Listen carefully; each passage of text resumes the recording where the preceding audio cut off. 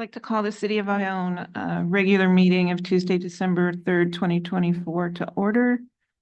Janice, can you do roll call, please? Councilmember Atlan, Here. Councilmember Mitchell, Here. Member Rhodes, Here. Vice Mayor Ratten, Here. Here.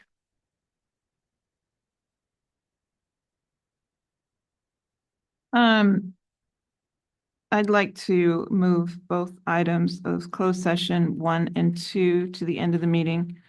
The first is item number 1, conference with real property, negotiation, Castle Oaks. And then item number 2, public employment, city attorney. I'll second that. Oh, I didn't. I'll make that motion. Can I get a second? Second. All in favor? Aye. And then we'll move, we'll hold public comment on those 2 items before we go in. Can we get a stand for Pledge of Allegiance, please? I pledge allegiance to the flag of the United States of America and to the republic for which it stands, one nation, under God, indivisible, with liberty and justice for all.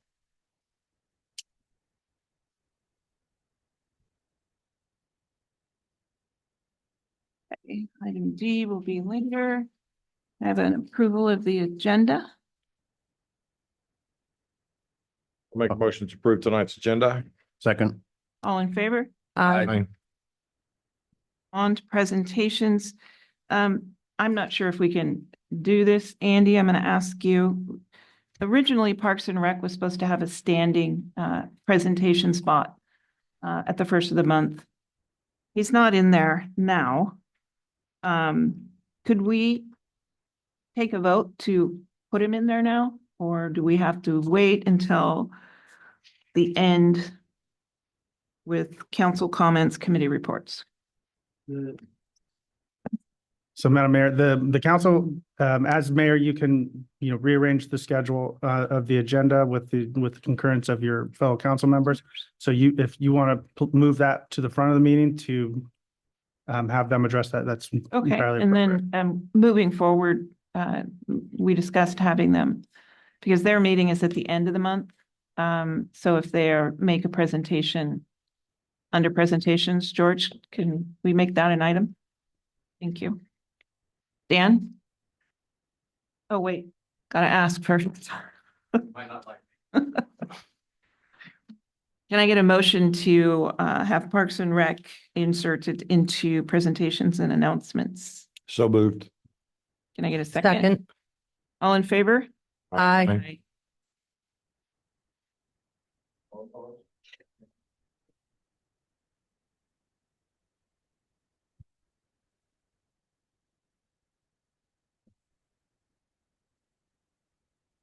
Thank you, Council. I'm Dan Traxler, Chairman of Parks and Rec Commission.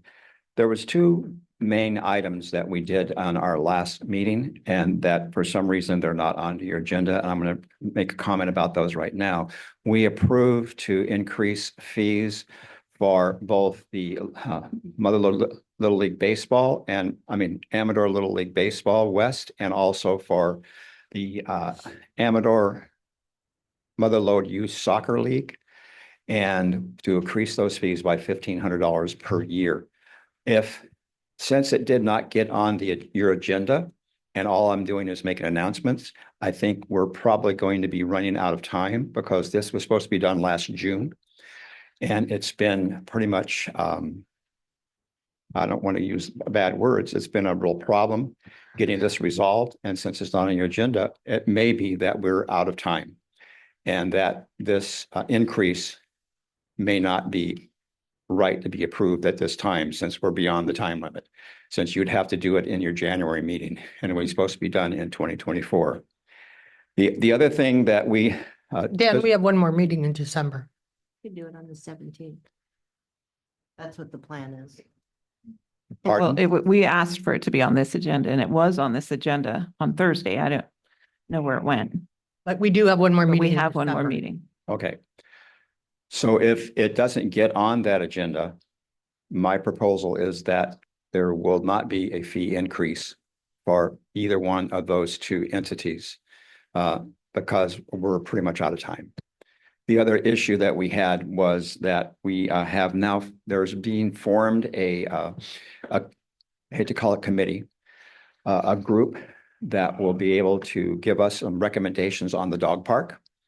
And those will be very similar to what we have now with the arena committee. We have not called this committee, we've just called it so far a, gosh, I missed the word. Ad hoc Ad hoc is not even ad hoc.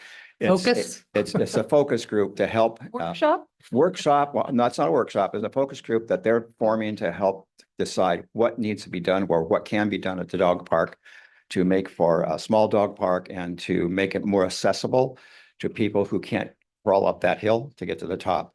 So those are basically the two things that we discussed. So I would deeply hope that by your next meeting, that the two items for the increase of $1,500 for both of those baseball and for soccer get on the agenda. And if they're not on the agenda, then I would recommend that we just forget about it and let them for the next 10 years pay what they've been doing for the past 10 years.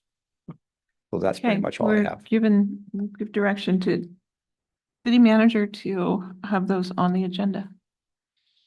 The other final thing is we had a discussion again about the problems at the baseball field and the soccer field as far as water. And the major leaks I have uncovered. I was over there and there was a 6-inch pipe that has been leaking for probably years. And that's been the reason that we've been spending so much money on water, because that pipe has been leaking and it's been just going underground. We are going to try to work to figure out a way to improve both the soccer field and the baseball fields so that we can get it watered 100% rather than 60%. So that's where we are right now. George, do you have any comment on that from Public Works? Mr. Mackey has been instructed to go out there and he has been looking over the irrigation and so forth. I think he's found the leaks and so it's proceeding. And how long's it been leaking? Well, there was a leak there over a year ago. I talked to a landscaper who looked at that leak. That was a switch that was leaking. And they had opened the box to look at it and it was pouring out water. And they had, at that time a year ago, they called Parks and Rec. Public Works. Public Works. And Public Works said, no, it's not leaking. I said, well, yes, it is. We were looking right at it and it's leaking. And finally they did get it fixed, but it was a major improvement, about $500. They had to put a whole new switch box in there. So there was issues like that all over that park. It will not help to put seed. It will not help put fertilizer. If the park doesn't get water, then that's the problem. It's just not getting watered. Okay.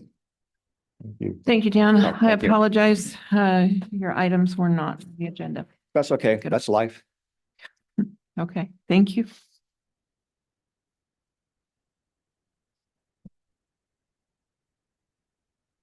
Okay, we will move on to public comment for any item that is not listed on the agenda.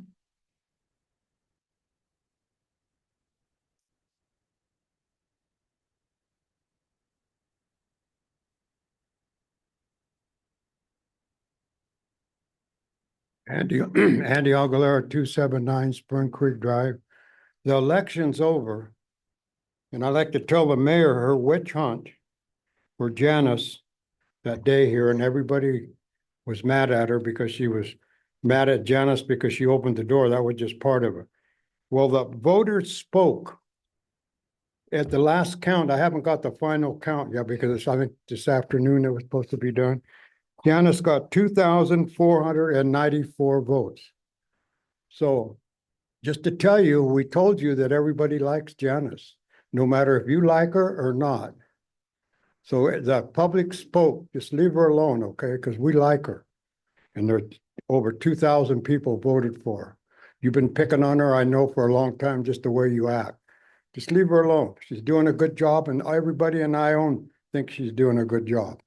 And then we went to Measure L, because you thought if you could get Measure L passed, I'm almost positive that you would have got rid of Janice this time. And that didn't pass either. So I hope you and your friends are happy You probably, we can't get a price because they said they didn't have time because they were too busy counting votes. And it was probably over 8,000. Because I know we recalled one of the mayors or something, God, years ago, and it was 8,000 then. So I'm just telling you, I hope you quit wasting money. Because that's a waste of money. It's called democracy. No, it's a waste of money. I don't know what you call it. All I can say is The voter spoke. We gave it to the vote. That was the, yeah, but I'm decision just telling you. You not to have. didn't like council do it, Janice. to Give it to the voters. I'm talking. It was a witch hunt from the time you got on there, you were after Janice and it didn't work. So just leave her alone. The people have spoken. Thank you, Andy. Yeah. And you won't have to worry about when your election comes up because you won't get voted in again because everybody I talked to that voted for you is very upset. I know I am. Thank you. Thank you, Andy. You don't have to worry. Any more public comment?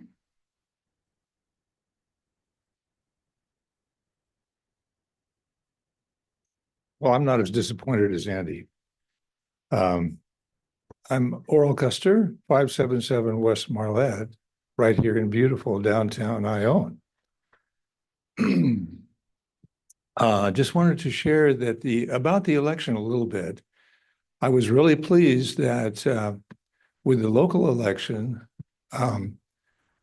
whoever won, both in the city and in the county, we had great candidates, and I was really pleased with the outcome.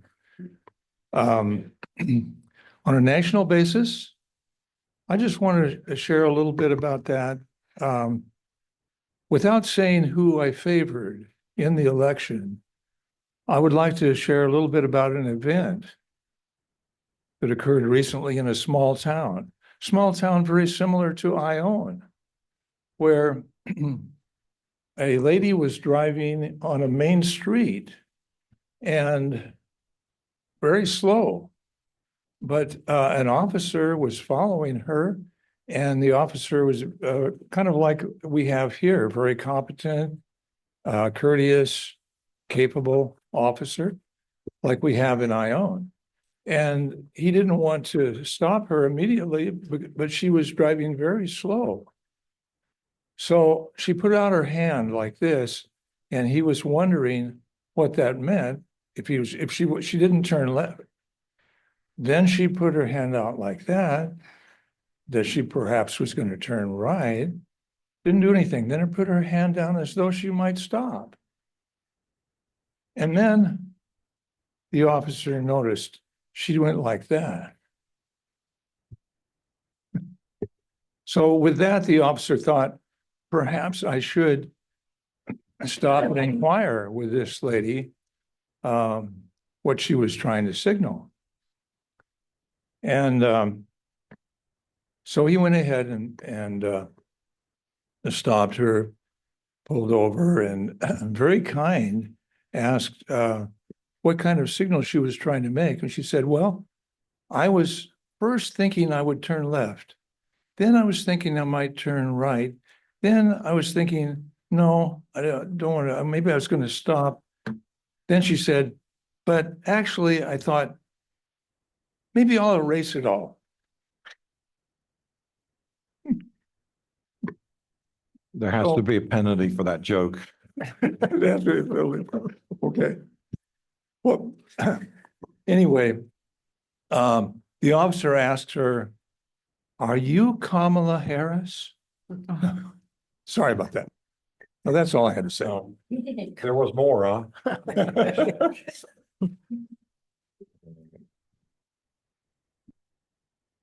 Thank you. Hi, gang. I've been talking here for a while. Tommy Quinn, downtown. Sorry about that. Country music always follows me. Sunday, Saturday or Sunday, might have been Saturday, 6:30 in the morning. There's gun shooting over at the fire people's place there. Some guys over there use that as their own private range. They also let other entities like Jackson Police train there 6:30 in the morning. And that is just another kind of thumb in the eye of Ione. It's really unnecessary. They could set that up to if they're going to shoot their guns, to shoot them a little bit later in the day. And this is a common thing. It's also really kind of a larger overarching thing about Ione, which I just kind of stopped talking about because it gets too depressing, the pitiful paving job they did downtown. You still walk down there in the 6 of shoes and get in your truck. That was just disgraceful. I hope in the incoming crew that's coming in here, we spend a little more time with a little stronger backbone to start take care of the city. For a lot of reasons. Here's another reason for most people here is that property in this town, all in all, is dirt cheap compared to other places in Amador County because nobody wants to come here. I talked to a real estate guy. He said, "No, we can't sell houses here. These new houses they put in, they've been sitting there for months unsold." And No, no, no. okay, well, I'll take that back. I'm just going by what the real estate guy said. But the point being is that the more we make this town nicer, more people are going to want to be here and the more property values will increase. And I mean, my house, I got a house built in 1880. It's just really pretty and a nice piece of property. I couldn't sell it for more than $350,000. If it was somewhere else, Sutter Creek, I could probably sell it for $600,000. So what I'm getting at, you can parse this out, but let's work on making this town a little bit nicer, clean it up, paint it up, get that downtown road repaved. Thank you. Thank you, Tommy.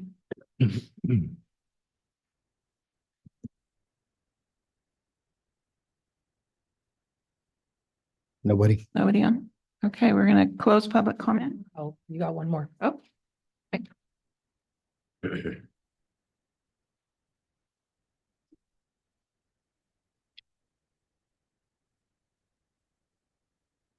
I just wanted to make a comment, not a complaint. I'm hoping in 2025 that this body quits making personal bashes against each other and start off with a kinder city council meetings and quit making personal attacks on the city council and on each other. Thank you.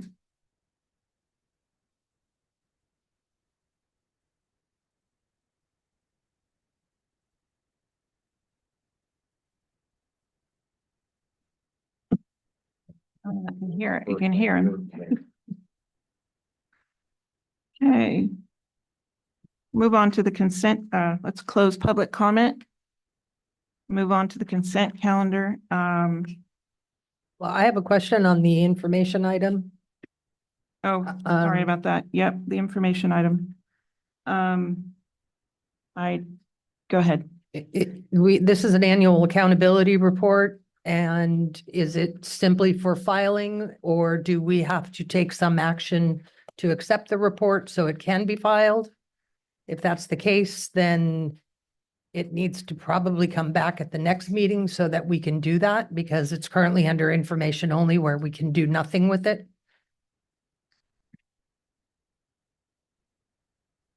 Well, it's from George, isn't it? I'm sorry. I understood from Shane Morgan that this is strictly an information items. It doesn't even need to go to council, but he does it as a courtesy for the council. Okay, it does have a recommendation, city council acting in its capacity as a legislative body of the Community Facilities District, receive and file the attached annual accountability report. Does that mean we have to do anything? We just have to say we got it? So the statute that you're operating under that for this does not require council action. Your chief financial officer or the city provides this. However, if you do have any issues with the report, now would be the time to communicate those to staff so that those can be communicated to the chief financial officer or the preparer of the report, so that they can be either answered or revised. So should it have been under regular agenda for us to do that? Typically, these are things that are presented to the council as a presentation.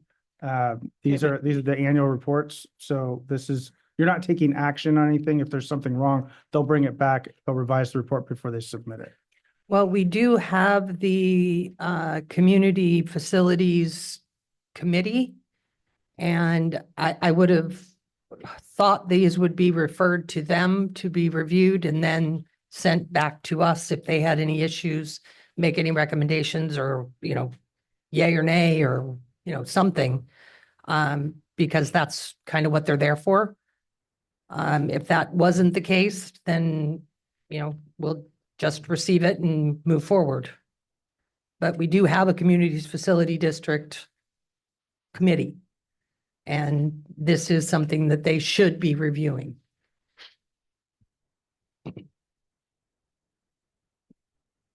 So I assume we have nothing to do with it, and then we can move on from there to the consent calendar.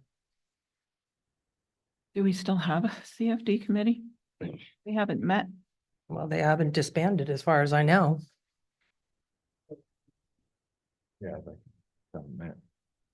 Andrea Bonham, staff. So the committee hasn't been disbanded and the committee was pulled together regarding the annual increases and basically the research that went into how we got to the CFDs. So an item like this, staff was not aware that our regulatory stuff and our filings that we do would go through the committee. My understanding is the committee, I was pulled into the committee to provide the staff reports, was to address the yearly increase and do that due diligence before it was brought to council. So if it's something where you want them in the regulatory and the Well, one of the reasons, filings and, I mean, we one of the also reasons do we this. brought them together was because these reports, we didn't have them, they couldn't find them. They had been looking for them and they wanted to see them. So having, we do have the committee. This is something that they had initially expressed a great interest in reviewing and seeing. So, I mean, it just, in my mind, stood to reason that this was one of the reasons they were brought together. This is one of the things they wanted to see. Yeah, and I think when it came together, they were having a hard time finding data, so they were requesting all the data. It wasn't, like I said, I was only pulled into it. So my understanding is we haven't taken any, we have other things like CFDs when we take them to the tax rolls and all that we don't send all that regulatory stuff through the committee. So if that's something that you guys But want thi- to see. Well, this is a report on the money that they're paying. Correct. So Yeah. it only makes sense that the committee, to me anyway, that the committee review Weigh it. in. Okay, that,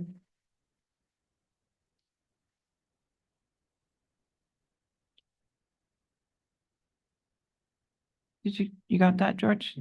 Okay. So we have,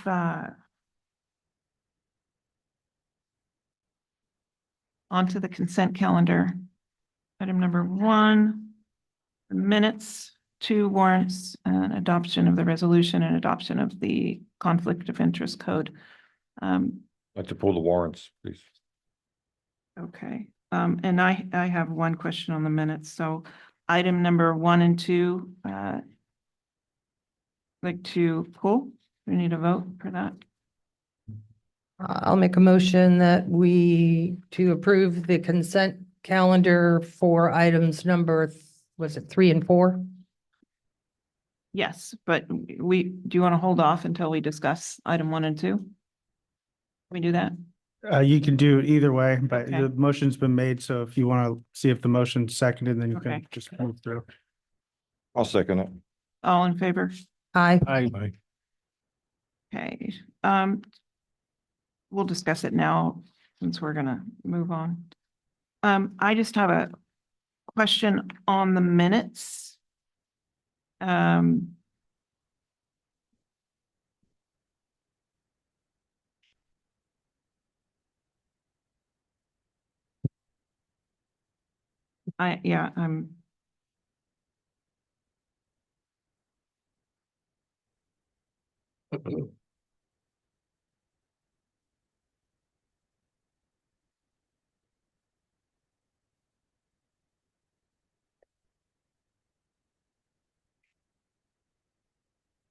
Actually, I'll pass it on to the warrants. Go ahead, Dominic. While we're on the minutes, I was absent on August 20th, so I'll abstain when the time comes from voting on that, those minutes. On the warrants, I have two questions. Number one, do the easy one first. We got Eco Urban Designs here, $2,400. They no longer mow any grass. Are we going to adjust that? I have asked that that contract be brought back. I was wondering if that could be brought back sooner rather than later.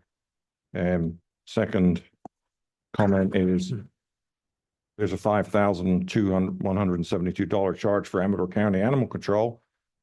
What's that for? I mean, I can read, but I don't know anything about it. She passed that. So I can answer that. So animal control is charging us 86 and some change per, or 886 and some change per animal that's taken up.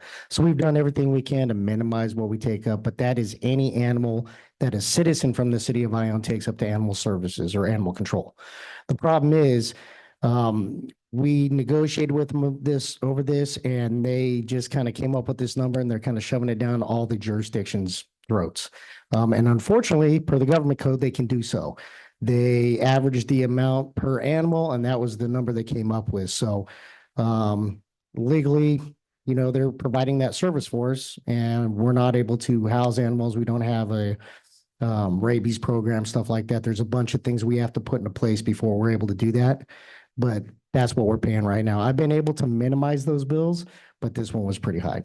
So we have no say. We can't, like, you don't report back to us how the negotiations went. It just comes back that this is what we're going to pay. The negotiations just kind of stopped, and they said, this is what you're paying. Can they do that, But Andy? I mean, we haven't approved the new contract. We haven't signed a contract. So this is just third. This is what they're doing. They, you know, they sent out the stuff trying to negotiate. So myself, the other two chiefs, we've been sitting with the county, talking to them about it. And basically what they came up with said, hey, we have to do something. This is the number we came up with. And they're justifying it by taking all the animals, figuring out the, you know, average cost, and said, this is the number. Did they send us a notice? Yes. Yeah, we got a notice back when Rock was here. Yeah, that was a proposal though. That wasn't like, we need to talk about it. So we actually got a notice at the beginning of 2022. 22. Michael Rock got a notice on it and kind of ignored it, and that kind of upset the county. So we did sit down and talk to him, and actually there is a cap on it, and I don't have that number in front of me. I can get you the cap on the amount. It's not to exceed 60,000, I believe, this year.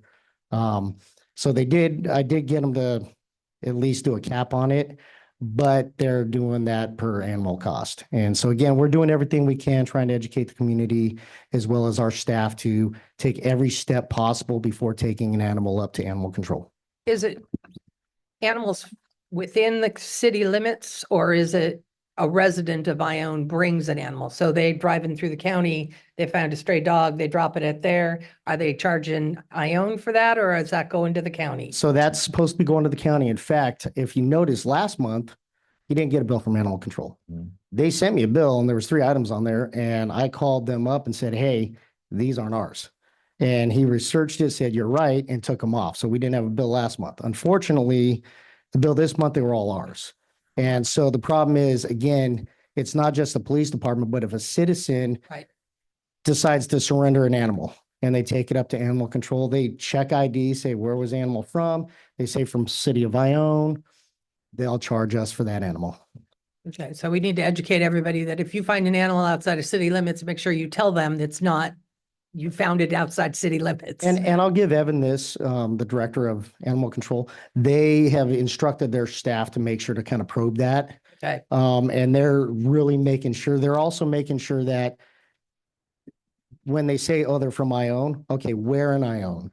And they know our city limits, and they make sure, in fact, one of those from last month were right outside the city limits. I'm like, yeah, this isn't us.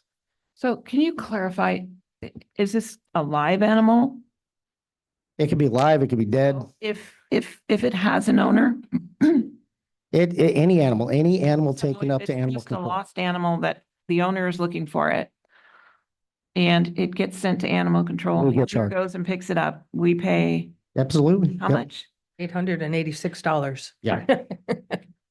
Or per animal. Per animal. And that's also why my staff is now taking every effort when we find, say, we get dog calls all the time and they find the dog. Luckily, we know a lot of the regular animals that get out. And so we get them back to the owner, but we're taking that extra step, putting it on Facebook, going canvassing areas, trying to find the owner before we take the animal up there because we don't want to pay that money either. So What do they do for the $800? I mean. that's a great question. They feed them? Well, Spot and you gotta, treatment? so one of the other issues is say you got an injured cat that we end up picking up. And you know, this cat is probably not gonna survive. Well, by law, the animal control has to take it to the vet and the vet will do everything they can to try to save it before euthanizing it.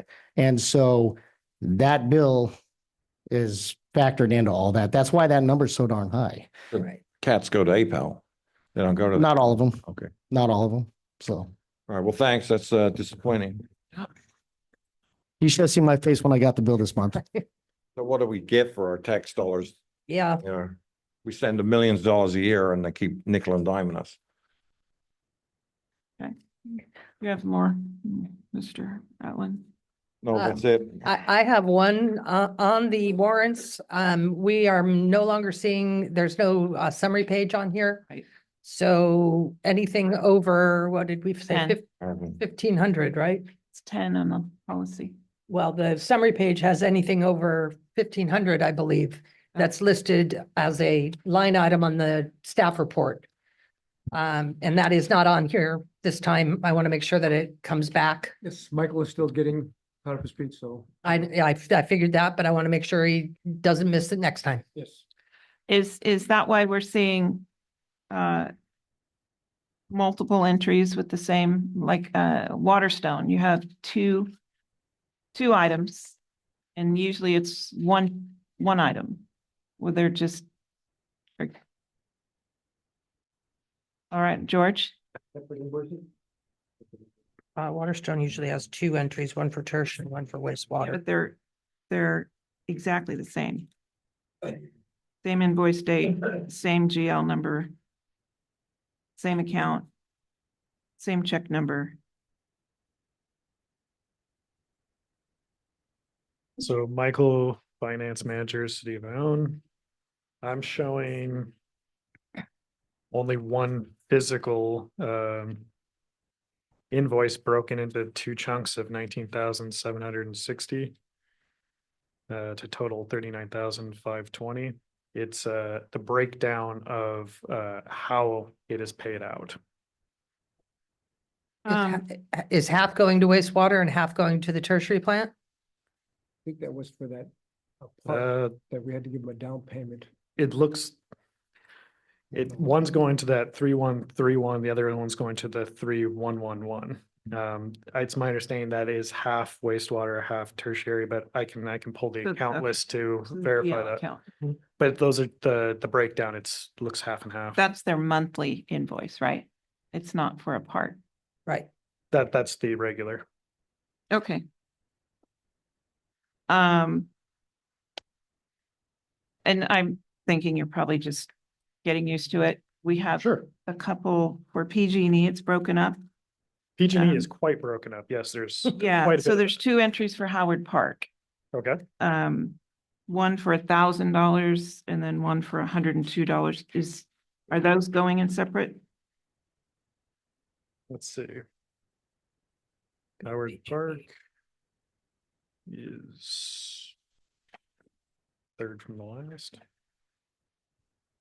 So one. Howard Park looks like it is set up to go to the 6170. Go pull the physical invoice.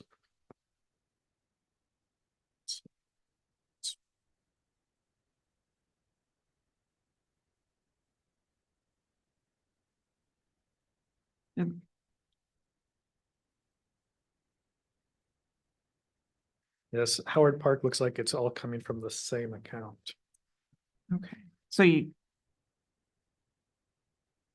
everything's the same, it's just two different entries?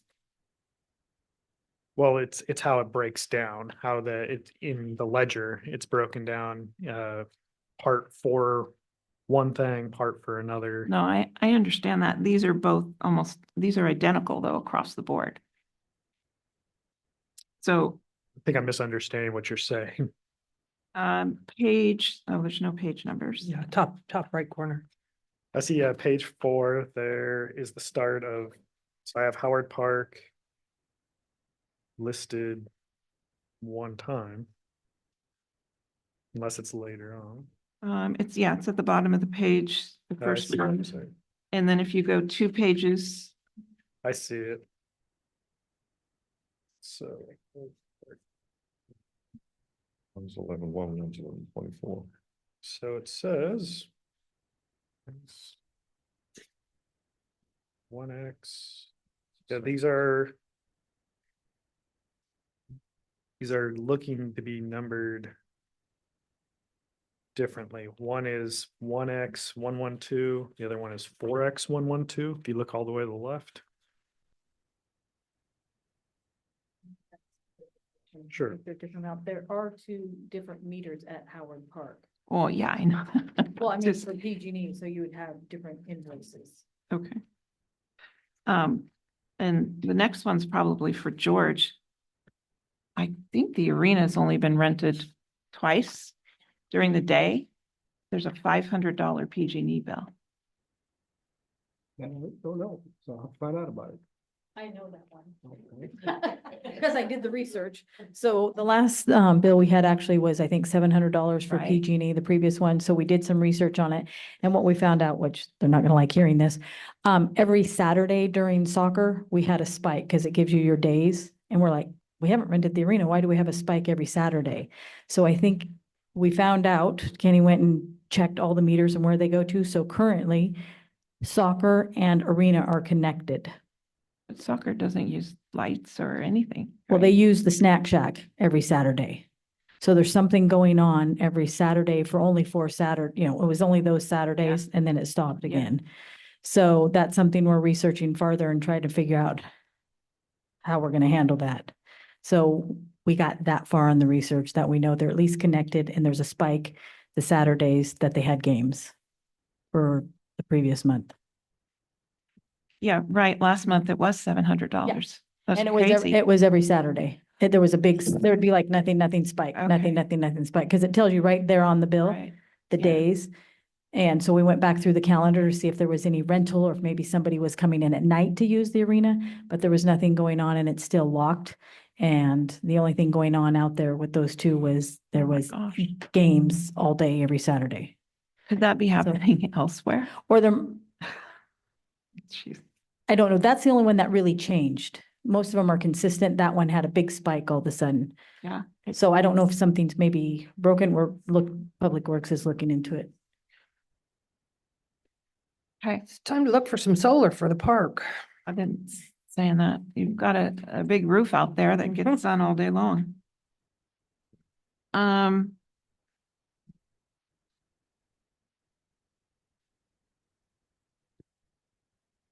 I don't think I have any other questions. Is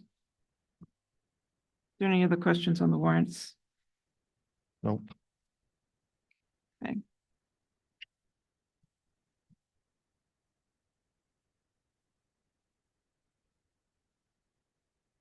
Do we want to approve those?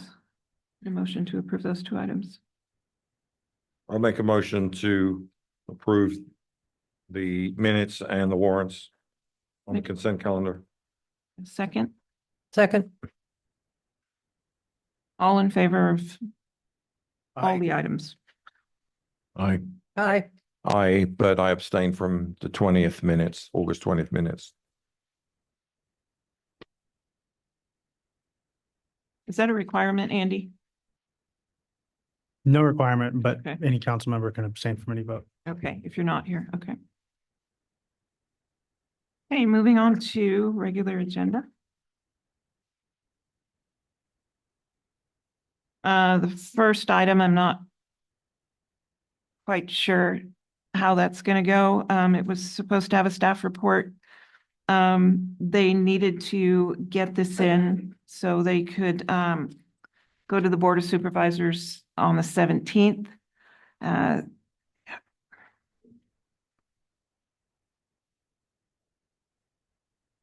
This is not listed as an action item, is that? No, but So we cannot make an action, is that Kathleen's correct? here Andy? though to at least talk to us about it. I know that they've been trying to get this through for a couple years now. Andy? It is not listed as an action item, so we cannot take any action on it. The agenda says it's a presentation, So so, it's- yeah, We can do nothing with it other than listen. that's correct. Okay, And great. Again, hopefully, sorry about that. Yeah. but the floor is yours, Catherine. So hopefully after my presentation, because it does need to be put into an action item, we will be presenting the same day that you guys have your meeting. So I'd like to have it, so I can send in something and then they can know that they'll be receiving the petition of recommendation if that's what you guys so agree on. So I don't know if that's something, if you have any other meetings that you could take it into action or something similar. They had a snafu with Jackson and they put it on for a special meeting that they had because the whole board agreed to move forward with it. And they noted that, and then they just basically went to approve it formally at the next meeting. So that could be an option. But my name is Kathleen Mahan. I'm the president of the Amador Council Tourism, and we are in the final stages of moving towards making a tourism marketing district for Amador County. And we've gone to each city and had unanimous approval to move forward to the Board of Supervisors. Some questions or concerns. So you guys taking action to agree to move forward with this does not make this any way effective to anyone. The Board of Supervisors and the actual lodging partners are the ones that have to put forward to have this be approved. So, but we want everybody to be aware of what's happening and obviously be supporting this as we move forward. So what this is, for those of you that aren't privy to it, it's very similar to, well, it's exactly the same thing, but a different entity for the Wine Heritage District that was just passed. We already have over the thresholds and petitions from all of the hotel lodging to move forward. And this is the last piece of my package to submit.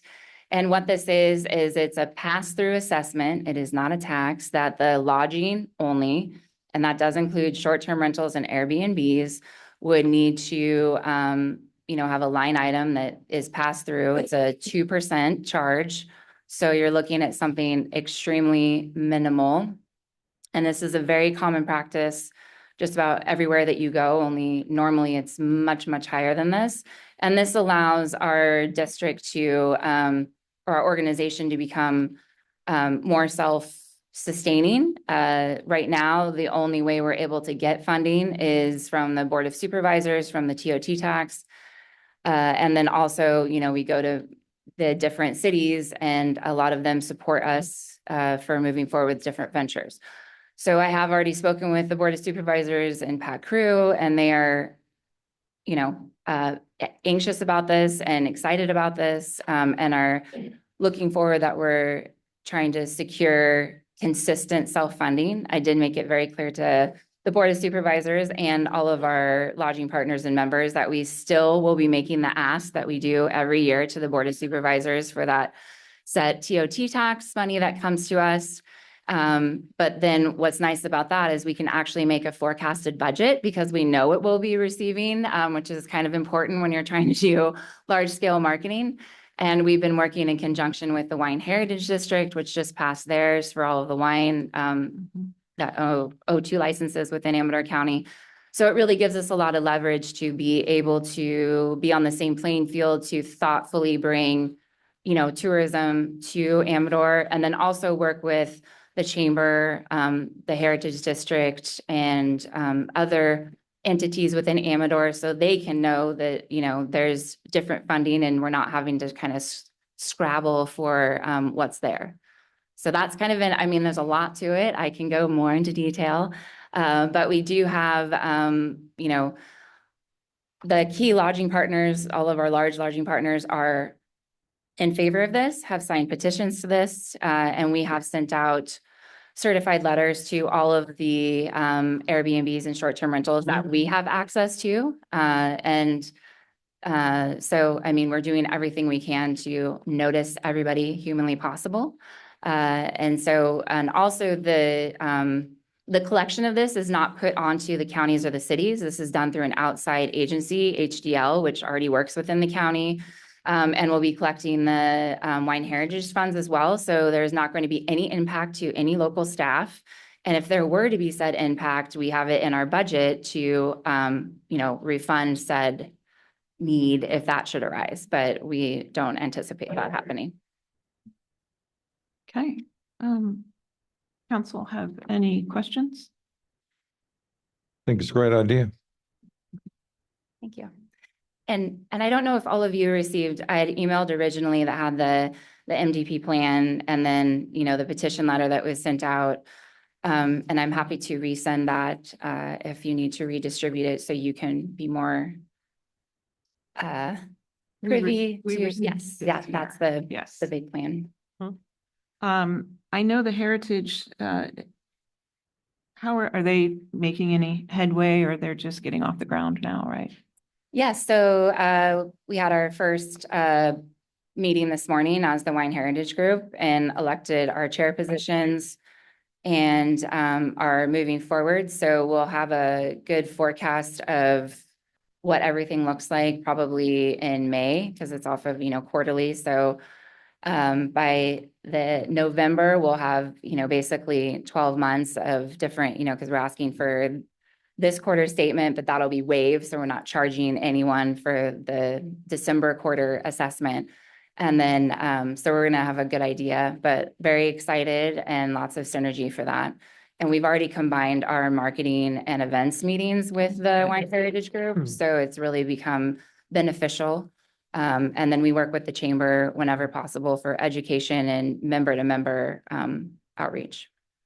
And just briefly, when I discussed the Heritage District, your goal is to put the money back into tourism.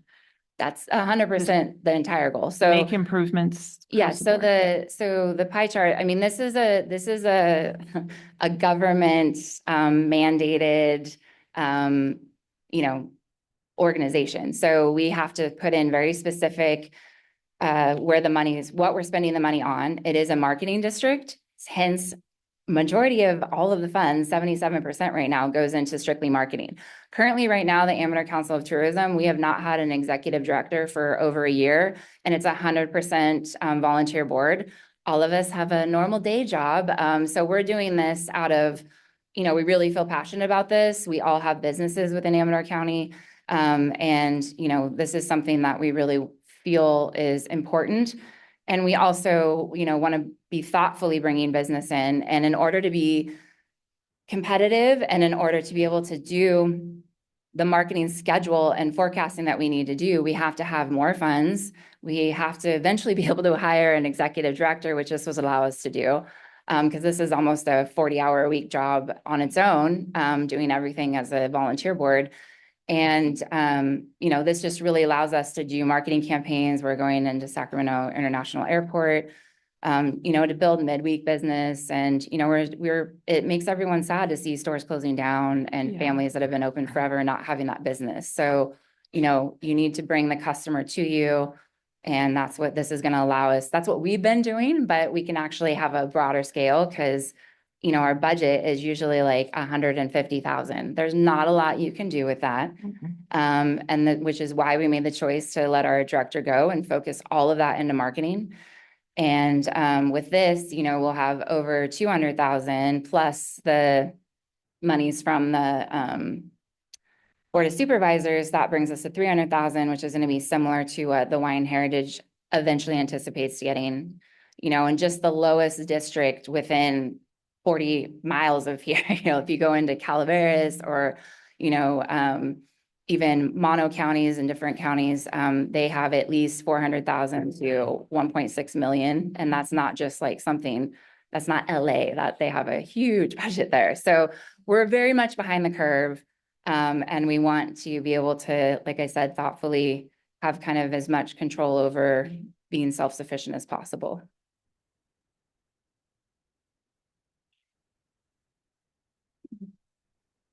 Any other questions?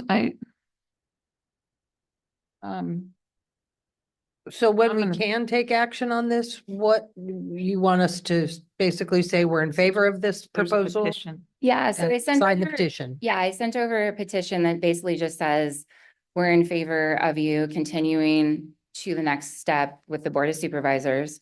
And then it goes from there. And then once it goes to the Board of Supervisors, you know, they will notice it for public comment again. So, and there has to be 2 meetings. So we'll go to 1 meeting.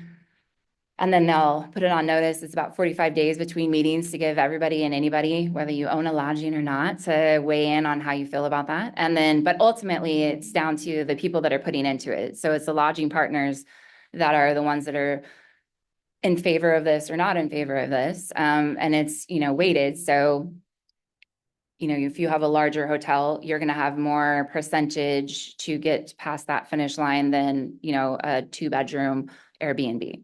So, but everyone benefits, you know, the tide raises all boats in this situation. And then it still allows the lodging district becomes its own entity, but it's managed by Amador Council of Tourism, then becomes their destination marketing director, basically. And so there will be an entirely new board that's made up of primarily lodging partners, since they're the ones that are putting into that fund. And then, you know, so you have to have a lot of strict allocation, marketing plan, and all of that that's put into place. And your first meeting with the Board of Supervisors is when? 17th. It's supposed to be the 17th, just so we can kind of get in there before everyone goes out for the new year, just to get the ball rolling, because it's still a lengthy process to get us to where we need to go. Is there a repercussion of us not getting this done for you? I mean, the negative part is we really want the Board of Supervisors to see that we've made that, our due diligence to notify you, be put on public agenda. So again, we're notifying as many, you know, Airbnbs or other partners that we're not aware of, that we're not given access to their information.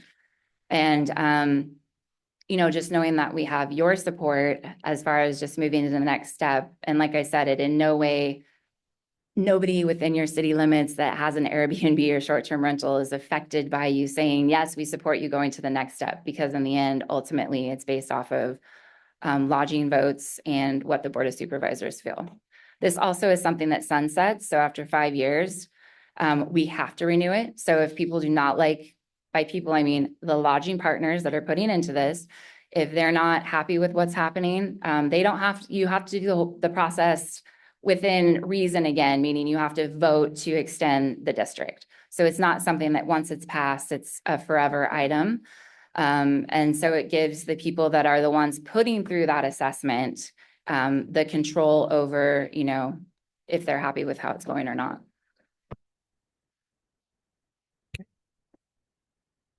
Go ahead. So thank you, Mayor. So what, the county would be establishing the improvement district, and what they need from the cities is consent. So, Need yeah, it that- from they, us, yeah, or- they, from the city, so legislative body, the council. Okay, So it's typically done by resolution. right. So there would be a resolution that you would consider. Could we just put a resolution on the consent calendar for the December 17th? You can, yes, you can do that. As far as their timeline goes, they need the consent prior to the formation of the district. So you may need to, you may ask the tourism folks if that is going, if this Board of Supervisors meeting is going to be the creation of the district, or if it's Yeah, not going to she's be the shaking. creation of the district, then the 17th would not be, wouldn't affect them, and because they wouldn't have to have that. They have to have the consent prior to the creation. Right. I just, when I put through my packet, I want to speak honestly that yes, we have gone to everybody and yes, we will be having consent. So I don't want to misspeak on that. So that's the only reason I would, I want to know sooner than later when I submit everything. Right. But I'm happy to, I plan on submitting, or I plan to submit it tomorrow morning. But I could let, the Board of Supervisors know that you will be formally voting on the petition. But we feel that it will be a positive moving forward, because like I said, it's still a lengthy process just because of notification, and you have to, it's a minimum 45 days from the first before it can be put into a district Okay. and approved. That would, you could we can- definitely have a we can have resolution it on our on next our meeting. Consent calendar Consent. or presentation. What did you? No, can it Be be either adopting a consent or resolution. general Consent. or the regular agenda, either one. Okay, so that would work? Yes, and I'm happy to, if you needed me to come back in and speak or provide you with anything, I'm happy to do so, just as long as it's not at 9 a.m. because I'll be speaking it's somewhere not. else. Okay. We also so- have jobs. Yes, so I other- figured. Yes. So we'll give direction to city manager to have this on the consent calendar for the 17th with a drafted resolution to execute the petition. Correct? Thank you. Okay. Thank you, Thank Kathleen. you so much. I appreciate apologize your for time. not Thank being you. there. Yes.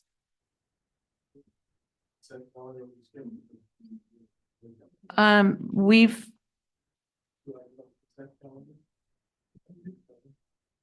but we approved the consent calendar. We did it 2 and 2. Did you, was there an item that you were, oh, your baseball, huh? You were approved. Well, baseball is not, the Parks and Recs items were not on the agenda.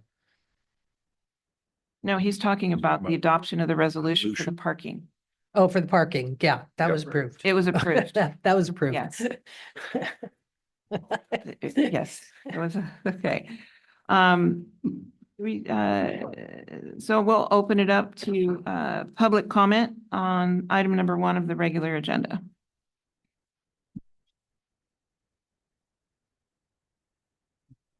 This tourism thing, what does the Amador Chamber of Commerce do? Years ago, they did all this tourism stuff. Why are we having 2 entities do this? Amador County Chamber of Commerce used to do this. And they used to have bigger turnouts in Jackson than we've ever had. Yeah, I don't think they do the global marketing that they're talking about doing. But they could. I mean, well- there's no reason they couldn't. We're already paying for them. They're already there. I just don't understand this. They've done it for years. Thank you. Thank you, Larry.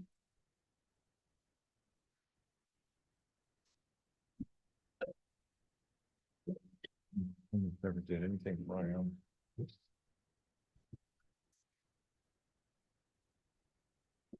Dan Traxler. I have a question. I'm really confused. Is Amador Council of Tourism its own claiming it's their own nonprofit, or are they an extension of the county? Like ACRA? They're separate, I They're believe. separate. It's public Okay, comment. they're not registered as a nonprofit with the federal government or the internal, or I the think they are. It might not franchise be a tax board? nonprofit. They're not a nonprofit, They're not a not nonprofit. that I'm aware of. They are registered for the Secretary of State as a Okay, nonprofit. I'm gonna, this is public comment. We can't.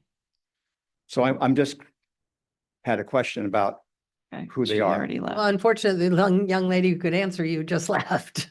Okay, well, I would just recommend that the council make some investigation and find out who they really are before you make any recommendations or reach into your pocket, and pay something. Thank you. Thank you, Dan.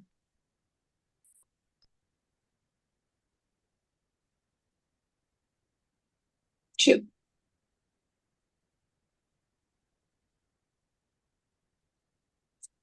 Any more public comment on this item?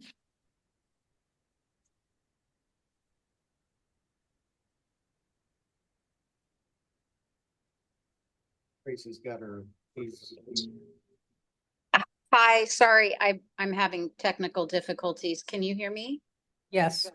Okay, wonderful. This is Tracy Berkner. I'm the Vice President of the Amador Council of Tourism.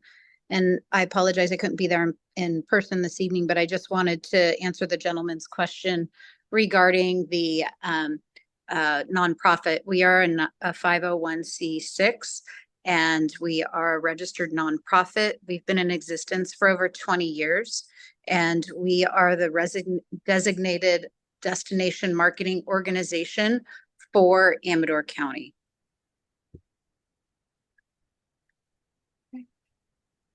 Thank you, Tracy. Thank you.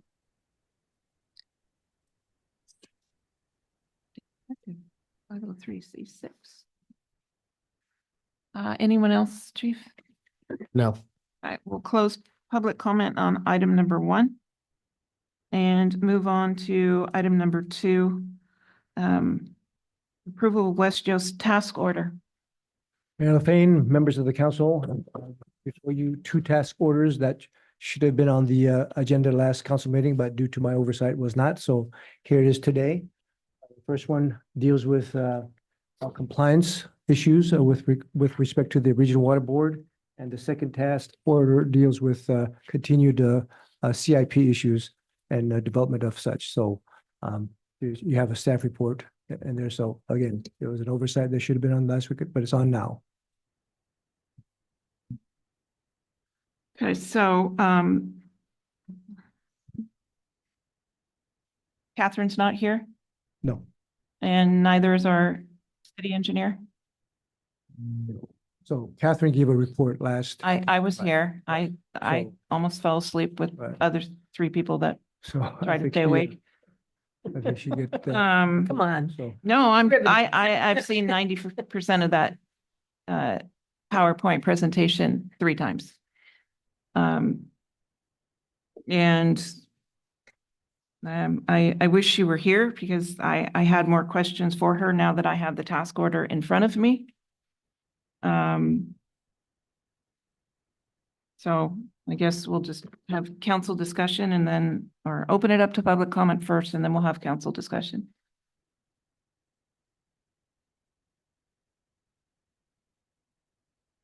Nobody. All right, we'll close public comment and now open it up for council discussion. I'm just, it seems like every time Catherine's here, she's asking for more money and another task order. And I just feel like we're just getting beat to death over a 10-year cease and desist, and I understand the importance 20. of it. 20, that's even better. A 20-year cease and desist, and there was a recent case, and I haven't researched it more, where they slapped the water board on these cease and desists that went over 5 years and said, if you don't do anything in 5 years, it's null. But I've got to go back and look at that. I would have liked to have seen her expand on Pond 6. What other options do we have? Because I just feel like we're being strong-armed. Well, she We're gave us small. options. Yes, but she gave it to us, but she didn't go into detail. You know, I feel like they're trying to make an example out of us. And yeah, I understand you disagree with me No, I completely. agree. That's exactly what they are. Regional Water is putting the screws to the city of Ione. They're doing it to everyone and they're actually getting called out for it. I mean, we only have so much money. The other thing I don't like is we were presented with nearly the exact same request in April. It was on the agenda to approve $450,000 and we denied it. So now it's coming in piece by piece. Doesn't fit. Well, I do believe Doesn't fit well. in the very near future, we're going to have some other options. Okay, so again, I think this is a result of, like Ms. Vice Mayor Retton said, this is a culmination of 10 to 20 years. And it's now finally catching up with it, but I can assure you that we are working very diligently right now because we have no choice. We have no choice. And So- I'm not privy. I'm not on the wastewater committee. I don't get all of that information. I always think there are choices. The thing I don't like is our city engineer has no eyes on this. I believe he has more eyes than you think. So Well, again, we'll be getting billed for it. Vice Mayor Ratton has booted it every time I've asked to have our city engineer, and you have eyes on this. You've shot it down. He's not a wastewater engineer. It doesn't matter. He's our city engineer. And I will tell you what, he's And not, he's I not, do believe that he and Catherine have worked on this together. I don't, I do believe they believe have been, they have had group meetings along with Waterstone going through a lot of these task orders. The first task order, the first item is specifically related to our engineering services. And it's specifically related to the services that we need to be compliant with by December 10th. I am understanding all of that, Vice Mayor So Ratton. But you're asking us now to give her $50,000 upfront for services not rendered, which we continue to do.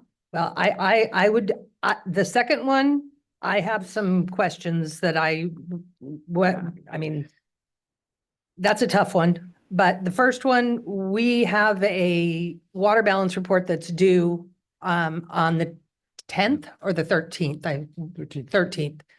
That we have no alternative but to get that done. And that- Catherine has worked on that. And I believe she ran out of money Yes. in her last retainer about a month and a half ago. So she she's misjudged the working- first task order. Well, the orders that she's working on now were not contemplated in the first one. Those came through after that retainer came The through. state added those? Yes. They came into us Now, after that I retainer. don't understand why we can't fight that. At least Well, up front. I would like to do that and I have wanted to do that, but the regional board is rather all encompassing and Well- they can and will shut you down. Well, keep in mind, these are not to exceed. These are time and I don't material. care what they are. We're still missing 8 checks council didn't approve that are floating at the. But they're not they're not, Well, one was West a Yost. $49,000 check to Waterstone that we still don't have documentation for. that's not West Yost. So I do know that It's to Catherine, the point of us throwing money well, front. unfortunately, Regional Water has forced our hand. We They're have, not forcing us they to have been- hand over $50,000 with no services Mayor rendered. LaFane, it's your It's choice. not You upfront, can- it's as needed. You can fight this if you like. It's your choice. Well, it's discussion time right now.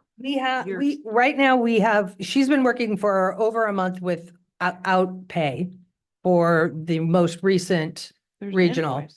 Okay, so she goes to these regional. Yes, she's and been does not charge the city. she has attended all of the meetings. At no and charge?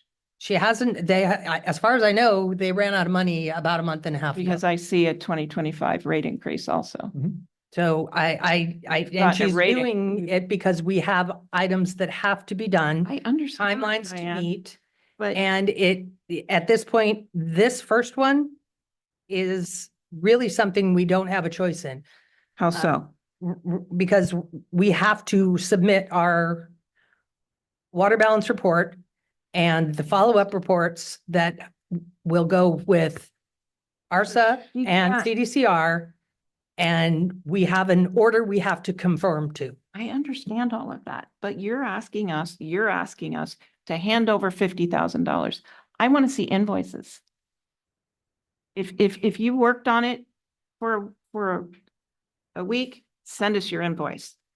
But handing over, It's an engineering retainer amount, I Not a believe. handover. So I have a couple things maybe that could clarify, because I do this all the time. All of our engineers set out a spreadsheet, and every task, like the first one says completing the water balance.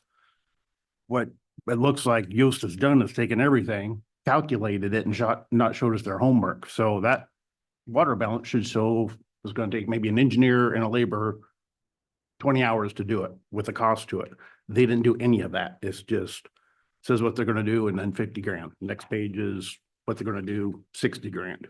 So I would like them to see them break it up. Another thing is, I think half of this could be done with Waterstone. Our current plant operator can do a lot of this. Well, Waterstone refuses to hand us any invoices at this moment, and they walked out of here with a $49,000 check. And they will not provide one invoice to support that. And we've asked time and time again, and they refuse. I don't even know what we can do about that. But I mean, West Yost is one of the most expensive engineers. I mean, their rates are Sacramento, big metropolitan rates. Not with a budget like ours. And every year they continue to increase their rates. I don't think Wildan has raised their rates once since they've been our city engineer. And yes, I'd like another set of eyes on it. And Pond 6, why aren't we being more proactive? I think she explained it last She meeting. Why? she mentioned it.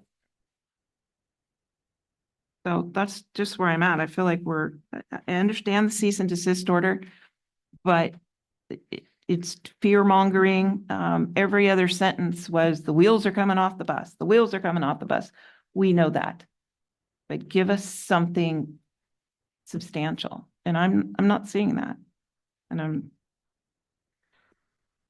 I mean, 4 against 1, you guys vote how you want, but so any other discussion, council? I got a couple of comments.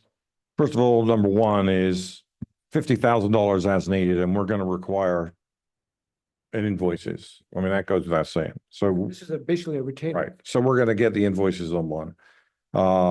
Yes, it's unfair. Yes, I agree. I wish we could fight the regional board, but it'll cost us more to fight them than to just, we're almost at the end of the road with regards to our cease and desist. Number two, if that isn't done, then there's no way to pass whatever cost for improvements that are going to have to happen because that reclamation plan is 30 years old. So it's at the end of its life. And if we don't know what's wrong with it, then we can't go to ARSA or CDCR or anyone else and say, this is what we need. And we need some partners to help us with that. Otherwise, we're going to be paying for everything. So that needs to be done. I just want to add one thing there. Go ahead.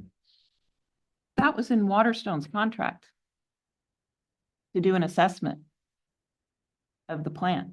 Okay. In the first 90 days, they've not supplied us with any of those first 3 tasks they were supposed to perform in the first 3 days.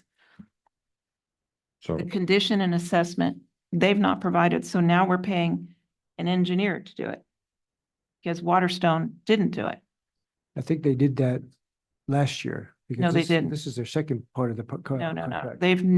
We've asked for it multiple times. We have asked Waterstone to provide us with a list of things that need to be An reviewed, inventory. replaced, an inventory. Condition, life I've asked it for it at expectancy, every wastewater cost. meeting. I have not received it. We do get requests when things are broken Mhm. and it's done on a reaction, not an action basis. Okay. So when they first came on board, one of the first things this council asked for was a list of items after you've had your opportunity to go through the plant. Give us a list of items that need replacing, upgrading, all of those things. And we got one list of $179,000 of things that needed to be fixed Paid for. Immediately. So. And they got that again, money up front. That was an action, not a we were reacting, not acting.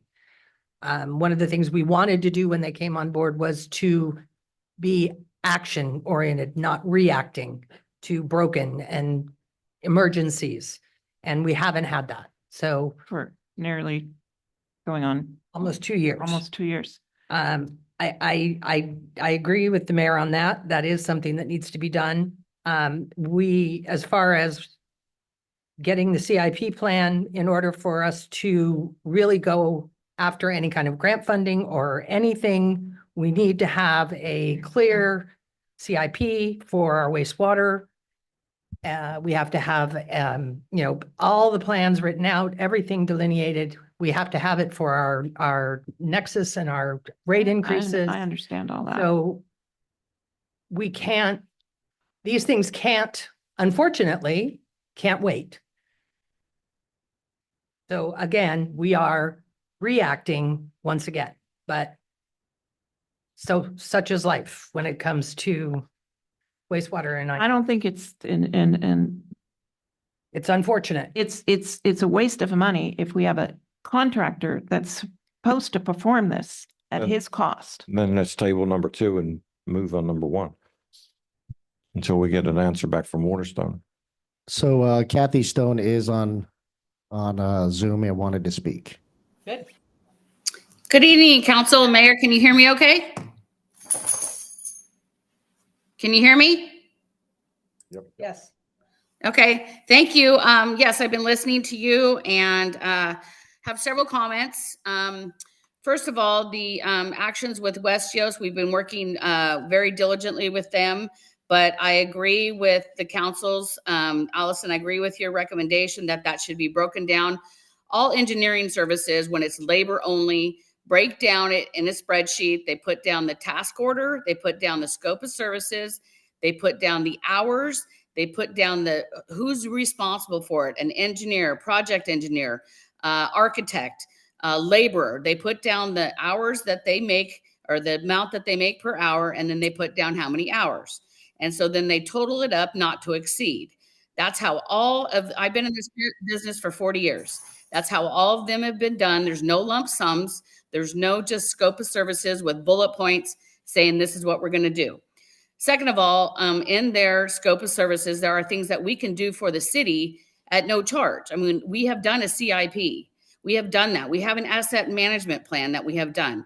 We did the evaluation assessment plan that you're referring to. We did the PG&E that was supposed to be done within 9 days. We work with Jody on that. So we have the O&M manual. We have the SOP manuals. All of that is on site and also available for the city at review, as well as councils.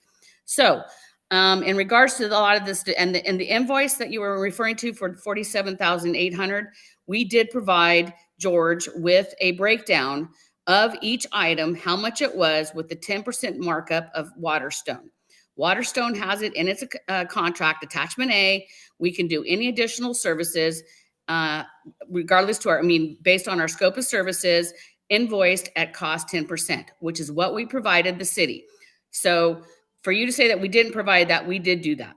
And that's what I think you guys need to ask of West Yost, because they're not doing that. They're not giving you a breakdown of how long it's going to take to do monthly reports, how long and it says assessment and overseeing of implementation of our work. How many hours? Who's doing that? At what charge? So I think in due diligence, and I'm looking out for the city, is you guys need to get a cost breakdown. And Allison, you're right. You've been getting these invoices and what's actually being done. We met with West Yost back in March in regards to implementation of these turbidity meters. And we had long conversations with her saying, we can do this. Let's get this project going. And we met with Howard and Kenny, which are extremely happy with our results and what we've been doing. And in addition, we've been asked to do additional sampling, additional reporting from West Yost, which again, we're working, in symbiotic relationship. But again, I need to know kind of what they're responsible for and what we're responsible for. But in behalf of the city, Allison and council, we can do some of this stuff for you at no charge. We can put a capital improvement program together for you. I've done that for 40 years for all of the contracts I've worked for. We can tell you this is what you need to do. We did do an assessment. We did, and also in March of 2024, you guys paid for West Yost to do a analysis. And they came in and walked through the plant, and Justin basically said, yeah, this is what's going on. This is what's doing. So you guys paid for that condition assessment back in March of 24, or May of 24 of this year. So I just think we all need to be on the same page and do what's best for the city at a reduction of cost, because we don't charge $325 an hour. We don't charge phone calls. We don't charge mileage. We don't charge $3,000 to come to a council meeting. So we want to help the city reduce costs in any way we can. And that's exactly what Justin and I and Waterstone has been doing, is looking to ways to save you guys money. And that's exactly what we've been doing.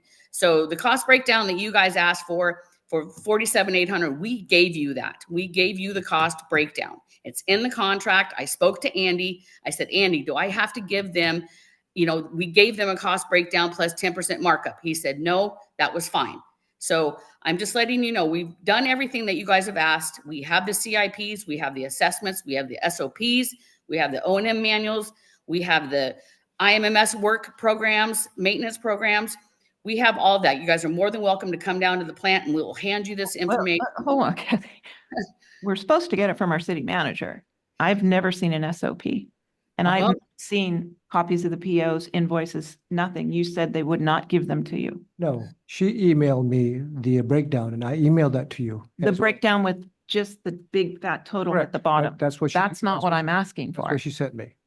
So I Well, emailed. Allison, when you go out to bid, when a city goes out to bid, they go out to bid for a project. And you go out to bid for a project, they give you a cost breakdown. They don't say, I'm going to send you invoices and taxes and Okay, POs and all that. hang on just a minute. Let me ask some questions here. This didn't go out to bid. Special meeting, a special meeting had to be called because there was an emergency, the flow meter, yada, yada, yada, and we needed to spend $48,000. And Waterstone came in and you guys had on your letterhead. Okay, we're not on topic here. This is the Oh, you're West right, Coast Mayor. You're right. So can We'll we have to, yeah, stay you're on right. task with Sorry, this? got carried away. But Kathy brings up the point that this item number 2, she says that they did. So have they done that, George? I'm not aware of that because again, she said they did that in March. I Yeah, was but not here in March you should have that. or May. So. Kathy, can we get, can you send that to George, please? Are you referring to the condition assessment? Yes, please. Yes, West Yost has done that. So I will talk to Catherine and yes, we will get you that. Thank you. I thought you said you did it. West Yost did it. We spoke to Amy back when we first came on board, and she said that West Yost was going to be doing a condition assessment, which they did with Justin. And I will get a copy of that report. I thought it was in your contract, though. It Can was. I talk about I was there. This is Justin. Hey, everybody. Sorry, I can't be there in person. Hold on just one moment. Just Yep. Andy, can you keep us on topic here? Yeah, so you're considering these 2 items by West Yost, but given the fact that because you're debating, what needs to be done and what has been done, this is entirely within your Okay, so we discussion don't- and discretion to discuss for this item. We- You wouldn't be taking any action that would affect Waterstone or anything of that matter, but any information that they're providing to you now is going to be relevant to the decision that's before you on this agenda. Okay, as long as they stay on topic. And please keep in mind, this is what they're asking for is retainer. We heard that. Okay, so again, once they do the work, we will get an itemized bill. So I've in never- order to move this along, it seems like there's confusion on 2. Yeah. Right? Like I'm hearing that, I thought Kathy said she did it. Now I'm hearing West Yost has already done it. So again, let's focus on number 1 so we can move this meeting along. agree. Because 2, it needs to come back to the council. We need to know if it's been done already. So I recommend that we table number 2 to a future date. Number 1 seems to be the important one with the regional board deadlines anyway. Otherwise, we're going to be going on about who did what for the next 3 days. Well, it's. I was there, I could tell you what But happened. we need to get those, It's got to work it out for us. we need to get the report sent to the city manager so that he can send it out.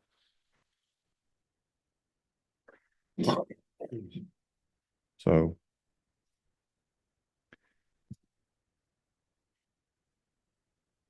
Did Justin have anything to say on? So- Yeah, yeah. Probably I'll gonna just- pull I twos. didn't want to, So yeah, speak. let's, we're gonna, I'm so. Yeah, Catherine's brought up the condition assessment at some of her presentations. I don't think she's ever formally submitted one to George. And I can't think of, getting one as well. So we'll have to ask her. I walked through it with them that day. Took about 3 hours of them walking through. Yeah, they've been there to do it. But again, it's stuff that me and Kathy have been working on, and the CIP project that just happened. Forgive me for we're putting together a big CIP one right now. We have the sand filters involved in all that. I have numbers already. We're just working with Debbie right now because we're talking about grant funding. But we'll definitely get that to George, and you can get that to you, Council.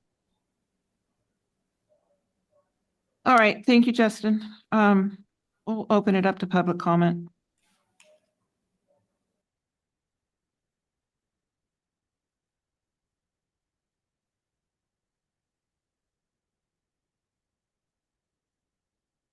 I just been dragging on for years. Excuse me, broke up someone. I just, the $50,000 is a bunch of money, but it's got to be done. But I sure hope somebody looks at this stuff later on, because I think Justin's a super good guy. It seems like you three don't care about him, but he's a good guy. And well, you were shaking your head every There time. you say I don't care about these, this, like, I have the great faith in Waterstone. But- I think they're doing a great job. But And here so they- you're wrong on this. As my son brought up, they could do half the stuff and you won't let them. They could do half this Yeah, crap. just that we- Excuse my language, but that's the way I feel about it. Thank you. Thank you, Larry.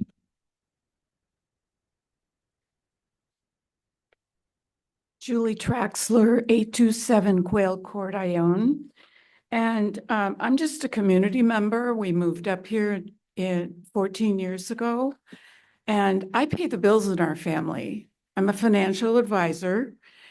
And as far as I'm concerned regarding this water, it scares me. 14 years ago, I heard about this. And I thought, I think everything else should be put aside for now. Let's get this damn water fixed. That's all I care about. I pay the bills in our family. They're rising.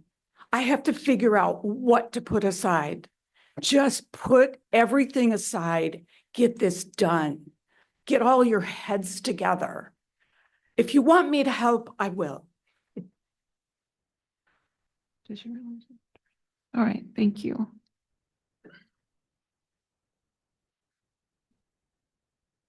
Nobody. Close public comment, council. Oh, Kathy Stone just popped back up. It's, we've beat it to death. I closed public comment. I'm going to make a motion to table number 2 for further information. And approve one. I'd just like to say, to make it clear to the lady that spoke, this has to do with sewer water. It's not Right. drinking water, just so you know. Okay. I know. Okay, there's a motion on the floor. Is there a second?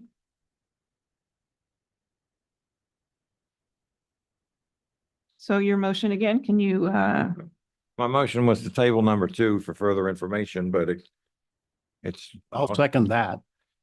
all in favor? Aye. Aye. And I'll make a motion that we authorize item number 1 so that we can continue and move forward with our water balance reports needed by the 13th. I'll second that with the provision that we do get invoices with specific work orders on it. To council monthly. Yes, ma'am. I mean, in clear. So this task is done, this money was spent. That's the problem, that we do these task orders and we don't get updates. So I'll second, I already did, so. all in favor? Aye. Aye. Aye. No. Aye. Damn.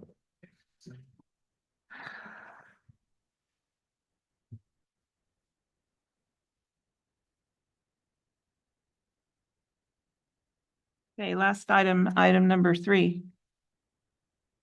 Amending the Ione Municipal Code Title II to include city council term limits.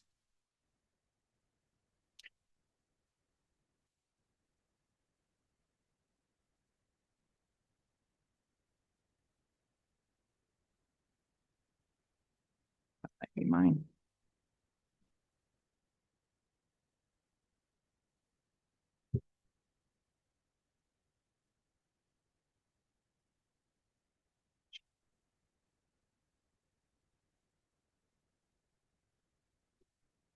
Would you like me to go over it?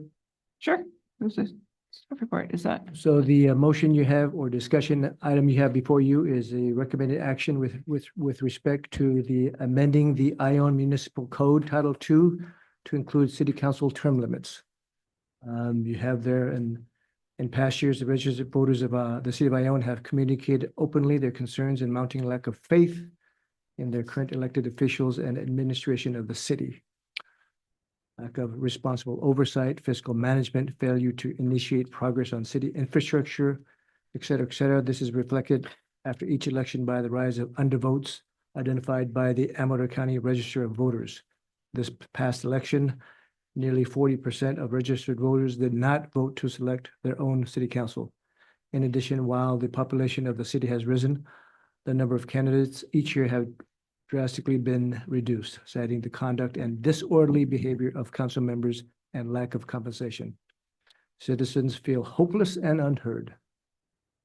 So I think the motion before you, or the discussion before you, is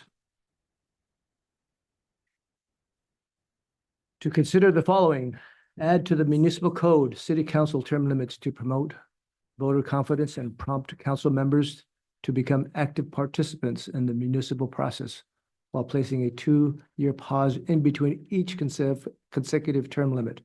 Elected officials should strive to become knowledgeable on municipal procedures, policy, and issues facing the city and become good stewards of civil service and support their constituents on all matters. If the person decides to run for office after the 2-year pause has expired, their past record and performance can be relied upon for re-election.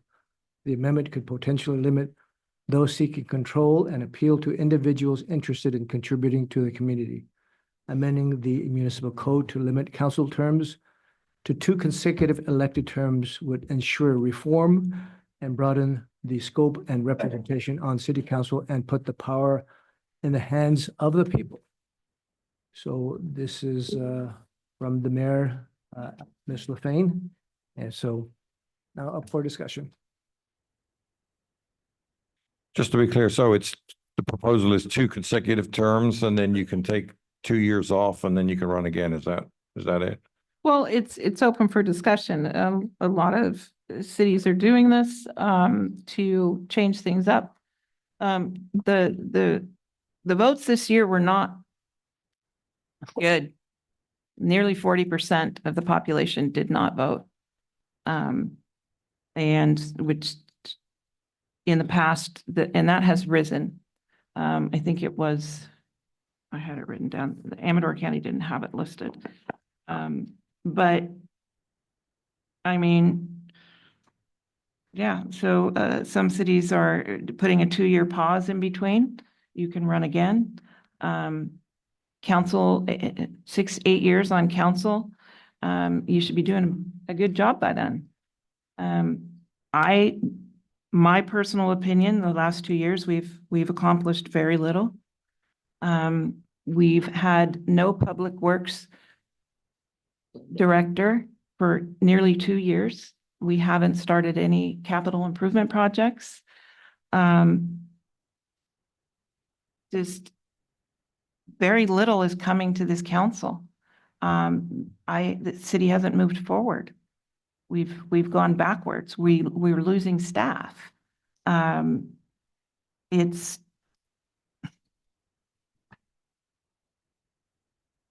feel hopeless too. You know, when we get up here, our hands are strapped because we don't have the proper tools to conduct business. And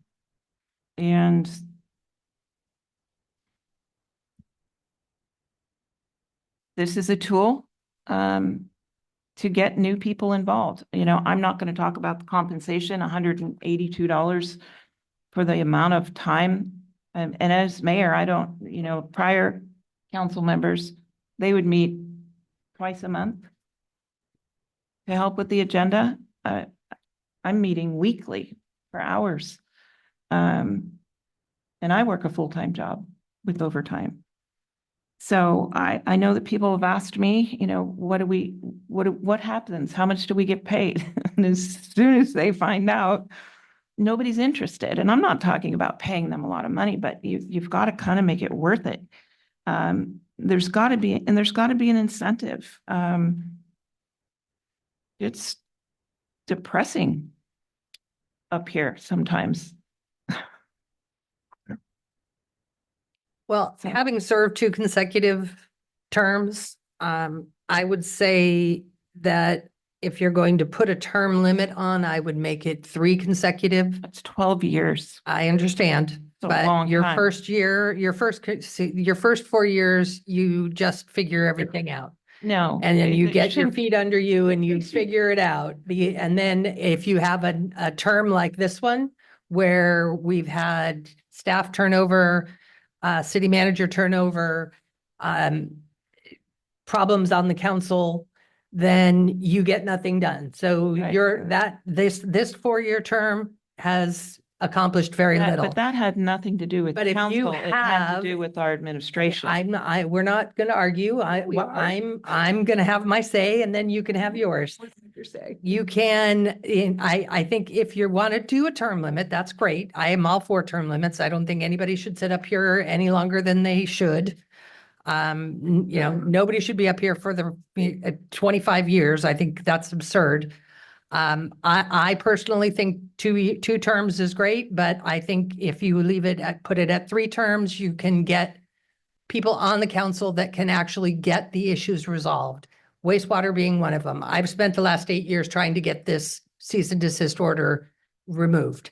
And 8 years were, you know, this close, but it's still not done. And, you know, I'm not running again. Clearly I'm not. I'm gone at the end of this month. Thank you. But that issue is continuing. So if I wanted to run again, that would have been my one thing that I wanted to accomplish in the next 4 years. So I would argue for 3 consecutive terms and no break in between. You can run for 3 consecutive terms, period. I agree with term limits. Don't really have any preference on what they are, 8 or 12. I think, new people should be encouraged to run. So, because there's a lot of people that complain, but they don't really realize how thankless the job is. You don't get paid. It's easy to sit there and criticize and just, you know, get up and run. So I will have been, at the end of my term, I'll be on for 12 and it's been, yeah. And I have no intention of making it any more than that. So I could care less about whether it's 8 or 12. So, but I think term limits are a good idea. So.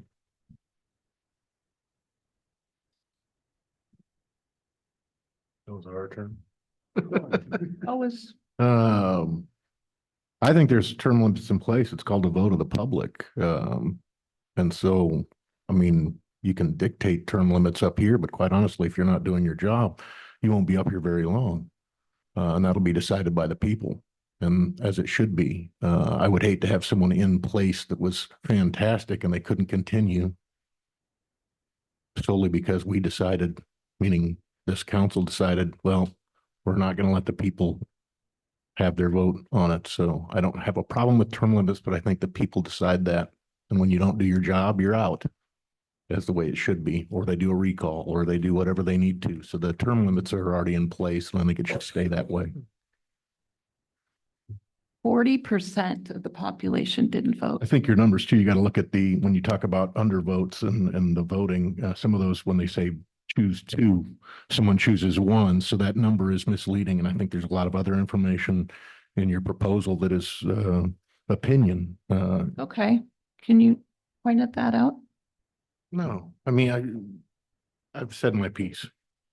I agree with Jack, and I'd add one more thing. The cost to do this, to put it on a ballot, would be excruciating expensive. We don't have to put it So, on a ballot, do we?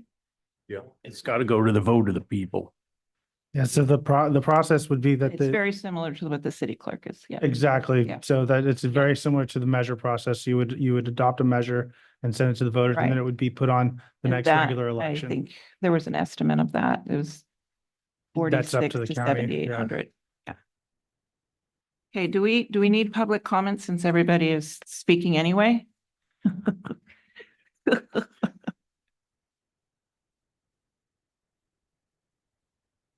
Open it. Sure, I'll open it up for you, Andy.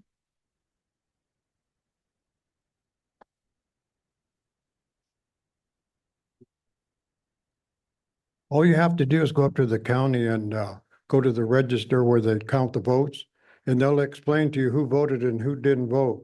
Amador County was one of the top small cities turnout. I think we were in with a bunch of them. I don't know if you read that or maybe you don't read the paper. And did you know that?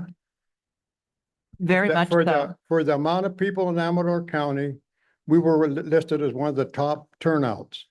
Well, we're the biggest city. Huh? We're the largest city. No, Amador County. I said, if you go up there, they'll explain it to you who voted and who didn't vote. I understand the Okay, election process. And here, you probably brought this up. And here you go again, you brought this up. You should have found out how much money it was gonna cost, and you didn't even know if it had to go to vote or not. I did. It was on the original staff report and then it Okay. was pulled because we didn't have enough Okay. time. Did you go up to the county to find out how much it costs to do this? Point of order, this is where you make a comment. It's not a back and forth. Right. Well, Come on. I mean, Make your comments. Come it on. is a comment. I want to know how much it That's a- costs. She that's should a have known question. it. She brought it up. It was on the prior staff report that was amended. But how much was it? You're the one that brought it up. You should know on top of your head. I mean, let's get to reality here. And I want to be able to vote for somebody. I don't care if they're in 20 years. I want to be able to vote for them. That's our freedom. Voting is our freedom of the United States of America. The minute you people start doing away with our freedom, you know what happens? Do you know? You should read your history book. It'll tell you what happens when you take away the rights of the people. And a lot of us are getting tired of this. It's just like Measure L. I mean, this is my comment. If you do this, I don't think it's gonna pass, and I don't know where you're gonna get the money. We're running low on money, and you just want to throw some more money away for one of your big ideas because you don't like somebody. I mean, this is terrible. It's just outright terrible, and you don't even know you didn't find out how much it's gonna cost. You won't tell me how much it's I gonna gave an cost? estimate and the How much report. was the estimate? I can tell you, well, I bet you it's 20,000. No, it was under 7. I think you better go back No, it was up the there. same cost as the city clerk measure. It was Yeah, between okay, 4,000. you want me to and tell you 7,000. something about that? Nobody's found out yet about that. We called up there the other day and they said they didn't have time to tell us because they were still counting Certifying the votes, election, yes. and they wouldn't know until after the election. So I don't know how you got that figure. That was just figures that people threw out, It 8,000. was an estimate from our city attorney. Yeah, it was an estimate for a recall, No, but it was- it went up since then. So please, anyway, thank God, quit coming up with these ideas. Because that just makes everybody mad in the city. That's why we don't get along. It's crazy stuff. But remember, the only right you have as a US citizen, I don't even know if you're a US citizen, is to vote. The minute you do away with my vote, you're taking away my rights. Remember that.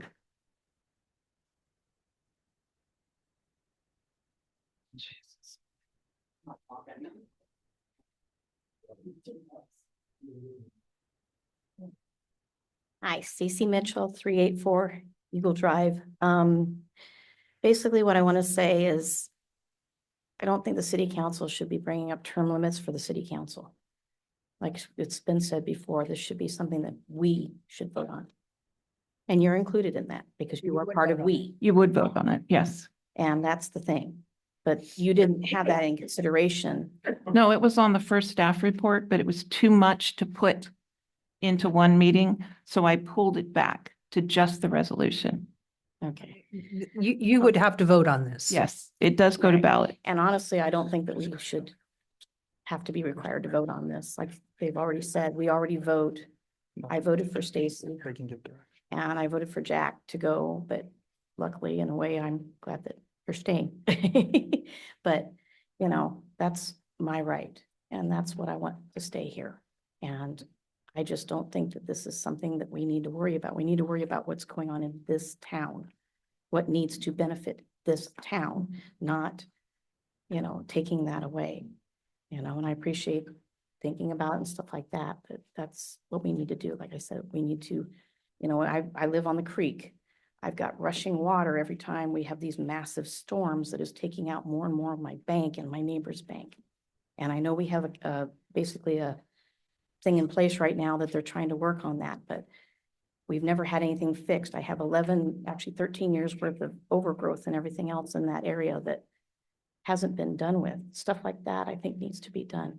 You know, Marlette needs to be worked on the street, you know, but I've been coming here, well, I've been coming to a lot of other meetings too, but mainly since May, and I'm not seeing anything done. And so that's what I want, you know. You guys are great. I don't have a problem with you. I just want everybody to come together.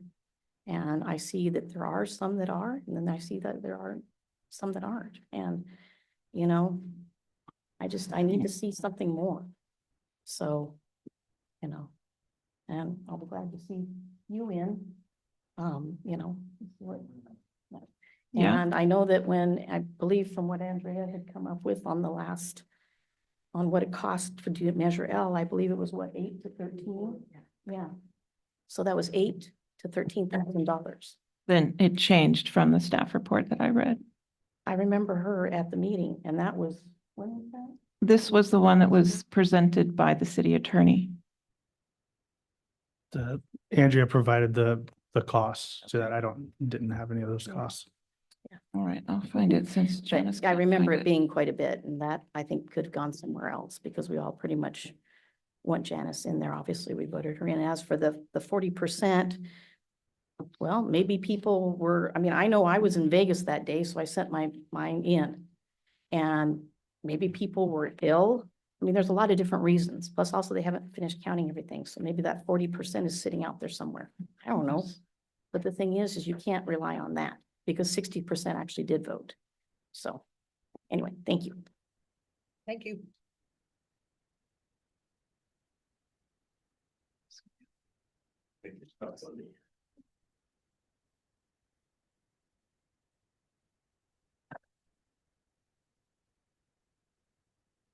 Larry Caputo, 707 Shakely Lane. I think before you put in term limits, you have a number of things you need to consider. I've been around cities that have put in term limits. One of the things that happened in those cities is over time, people lost interest in becoming a council member, and all of a sudden they don't have enough people to run for city council. And the ones that would want to run are termed out. 2, when do you start counting the terms? Do you start next year? Stacy's out. She's out, he's out, and you'll be out. Mhm. So you got a whole new council you're gonna elect? That's a disaster. We haven't set anything. I'm just It's a saying, these are things you discussion. need to seriously It's a consider. discussion. But the biggest problem is you end up having a problem finding people to run for city council over time. I don't think anybody up there ran for this council for the pay you get. Okay, if you did, you're an idiot. I mean, I would do it for free if it did any good. Anyway, that's it. Larry.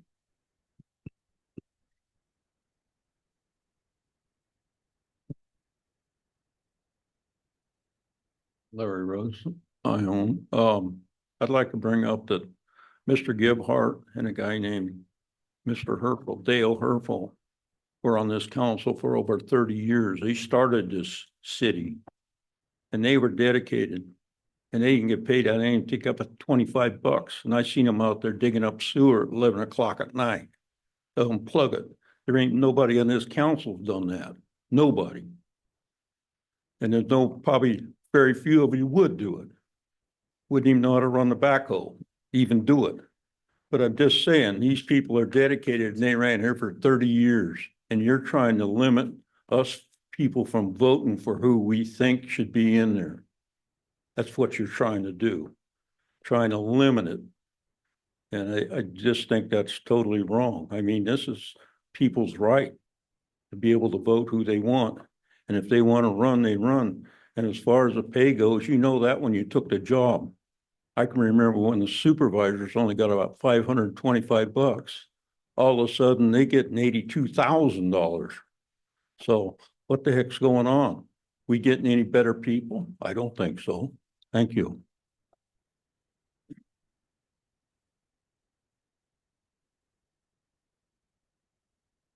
Elmer Rhodey, 621 Pleasant Valley. Andy and I very seldom agree, but I got to agree with him on this one. Throw this damn term limit stuff out. We will vote for who we want on the council. And if we don't want you on the council and you're running, we'll vote you out.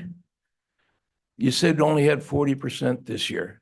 You only had 2 people running for the council and you only had 2 places. There was no competition. There was nothing the people were going to vote for. You didn't have any choice. You had 2 people. Granted, there was a 3rd person on there, but he had said, I don't want it. So forget this term limit. We'll vote you out if we want you out.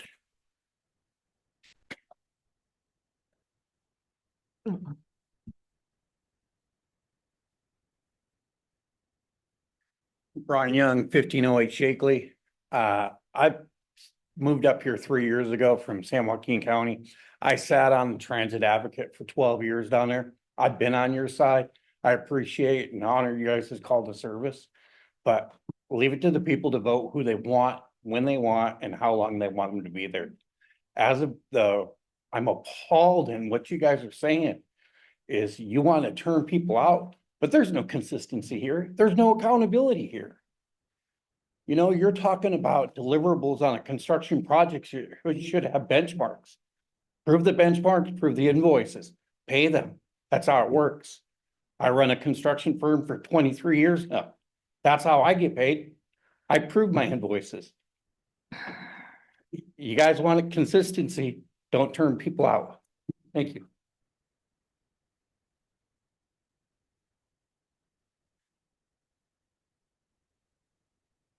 Crystal Sharpto, I'm going to come up with the unpopular opinion apparently from the audience, which is just that I appreciate the conversation. I think there's probably more conversation to be had with term limits.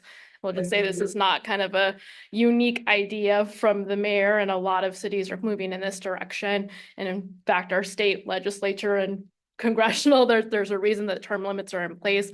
I'm not necessarily strongly in favor or opposed one way or the other, but I just think it's worth a conversation because there's legitimate merits to having term limits and there's merits to not having term limits. That includes continuity in knowledge, expertise, time to implement projects. So I think that all needs to be taken into consideration when we talk about term limits, consecutive term limits. But there's also, as has been brought up, there's some issues with it as well, especially in small towns. So there's been a lot of polling about term limits, and actually the vast majority of people are supportive of term limits, and that's across parties. So, you know, I think it's just worth additional conversation. But in small towns, it is a little bit more difficult to have term limits because of some of the limitations that have been brought up. So anyway, I just want to say that I appreciate it. I don't think we should be talking about the fiscal impacts of putting on a ballot. I think that's really premature before there's a little bit more conversation about the merits. Thank you, Crystal. Yeah, it's a conversation. I mean, that's what it is. Do you want to do it and put a year-long pause in it? Or, I mean, it's open to discussion. If you want to shut it down, you want to shut it down. I got a question for Andy. So because whatever gets decided, it can't be in effect while there's people that are actually elected, right? Because you might say, like me, I'm on year 11. So you can't make a rule that kicks people off that are already serving. So it would take effect when the last person is no longer on the council. So this might not actually come into effect for, like a 4-year period, right? So the way that these term limits are usually work is prospective. So it would, if you put it in the next general election, who have all of the council members currently serving their term, the term would end. That next term would be the first term subject to the term limits. So you'd have, if you selected two, you'd have two successive terms prospectively. So it wouldn't affect any of your current terms. So your 12 years of service, that doesn't even take into consideration. Right. So what would happen is if this went on the general election ballot, which is, 4 years away, I mean, it could go on. So there would be people running for council then, so they would have to wait until they're off the council. Right? So it would be 4 years from that date of the next general election. So you're talking about 8 years down the road. Well, it would apply prospectively. So those council members that are elected if the measure passes and that person gets elected in the same election. So you're talking about the general election.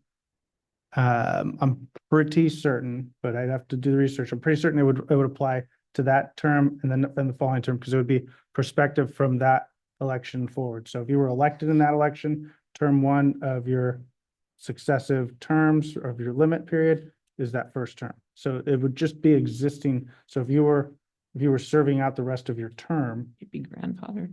yeah, you'd have 2 additional years. So then that next election would be the first election that would apply to you prospectively. It's a long-term thing. Okay, now. Yeah, so for Make a decision today, it doesn't even come into effect for 4 years, 6 years down the road. yeah, it's going to take a while for it to get into place, but it's got to go to the ballot first. So Would it you go would on do just like the measure. 2026 or 20, It just says the next regular election date. So there's regular election dates in election code 1000. So there's 4 of them. I think And it's so whatever that next regular June election. 2nd, 2026, That's So the next general election, right? next general. Well, the regular election is what it says in the statute. So not in general, it'd be regular. So Okay. there's 4 regular election dates. Right. So you would coordinate that with your county in order to determine what the next regular election would be. Okay.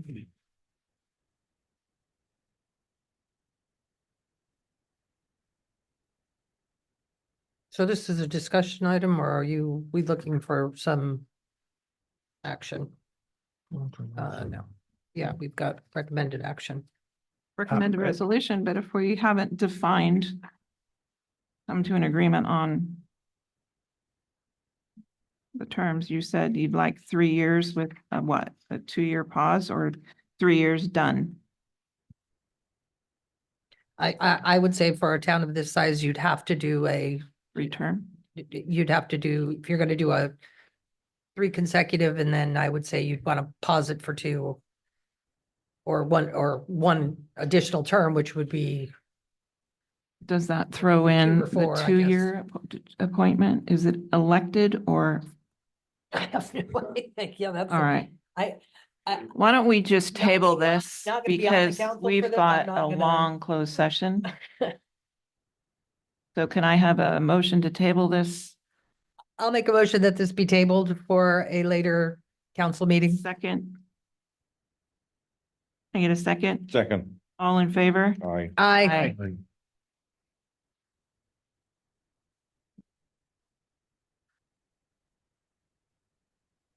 We'll wait till Andy's done speaking.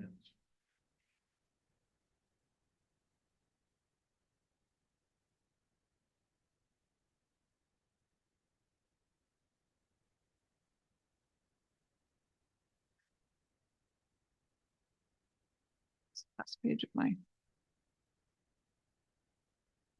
There it is. Okay, reports and communications from city attorney. I have none. Reports and communications from city manager. I just have one. We have received notice that the waste service company is going to be increasing their rates effective January 1st. The average weekly change will come out to 23 cents. So if anybody would like copies of the increases, they're right on the table over there, effective January 1st. Sorry, was that the waste people? They have to come to the city and city has to prove it. We did. I think they already did. Or do we do that already, Approved for- July, for this next Approved it year? For 2 or 3 years out. So if anybody would like a copy of the rate increase, there's a sheet right on the table. What a surprise. Right. Here. Garbage is Uh, expensive. Council comments, committee reports, future agenda items. I have nothing. None. Excuse me, I was reading the rate increase. Real quick, I would like, from the new finance manager, there's $8 per city sewer that goes into capital improvements. And I read some of the numbers. I went back through some of the budgets and they're kind of all over the place. Like one year it was say I'll say 700, like 400,000. The next year was 200, and it should be the same because unless it should never get smaller. It should always get larger as more houses get built. So I'd like to look at the impact fees from the new housing. And I would like to look at the monthly capital improvement rate, because I am concerned with, we usually are in pretty good shape with capital improvement money until we start paying it to all the consultants. And then the next thing we have is we don't have any money. So I would like a fund balance there when you get a chance. And then one of the things that I complained about years ago was you keep spending capital improvement money on consultants and you never see a project.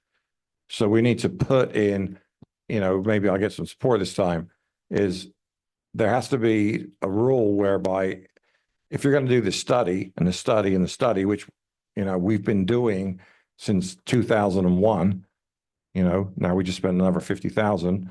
There has to be something at the end of it with a timeline, because we end up spending all of our capital improvement money on consultants and doing studies, et cetera. And some of their studies are important, but some of that stuff needs to come out of O&M, because it's not a capital improvement if you don't actually build something.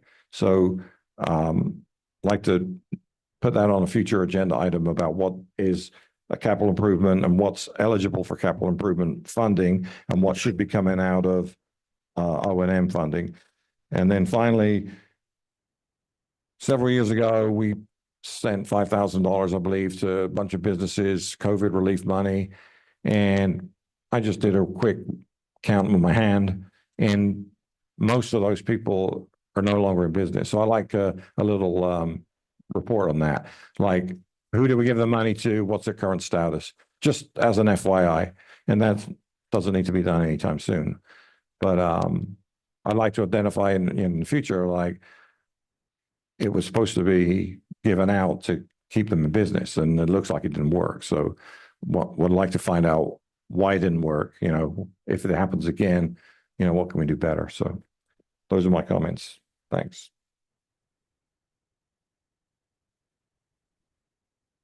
There's a wastewater meeting on Thursday. It was not sent out, so we don't know. We're trying to arrange something for maybe next week if you're available. Okay, so we're not having the wastewater meeting on Thursday? It's sent out quick enough. So, Is it mentioned at the last meeting? Yes. Yeah. December 5th. so I will send an email out tomorrow to see if we can do it on Wednesday. Okay. On Wednesday. Yeah. No, it was for Thursday. Yeah, but now it's not on Thursday, right? Right, and so now we're not Thursday, so Next Wednesday. next Wednesday. Yes. So I will send you a notice out. It's next Wednesday. I'll let you know. Yeah, that's fine. 11th. That would be the 11th. Yeah, it's got to be before the 13th. Okay. Yeah, we haven't been very successful with we haven't had a finance committee meeting. We haven't had an economic development meeting. We've tried to have several wastewater meetings. Yes, They don't and seem they- to make the agendas, don't seem to make it. Talking to Mr. Nothing. Okay. So before we resume to closed session, we'll open it up to public comment on the 2 closed session items, conference with real property negotiators and public employment city attorney.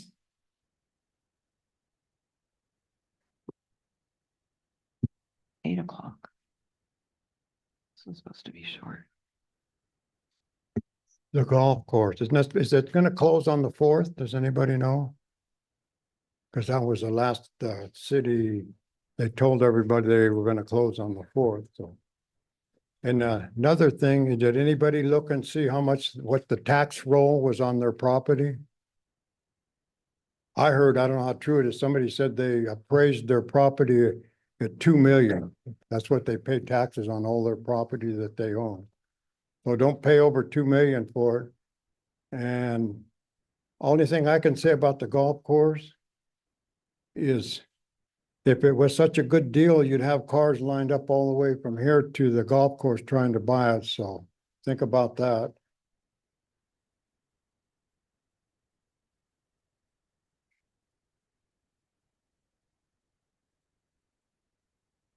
Here I am again. Another closed session, and we've run out of time. There, according to everything that has come out of Mr. Han's organization, the course is closing on the 4th. You've had 6 months to do something.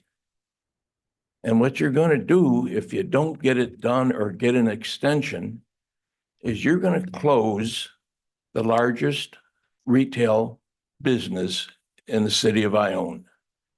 You're going to do it. That's what's going to happen. So you got to get off your duffs and get something done.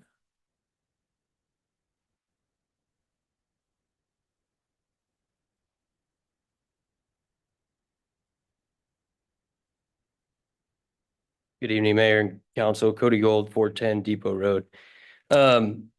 I have some questions about the course, as I think that most of the public has. The biggest question being is how? How do we plan on paying for it?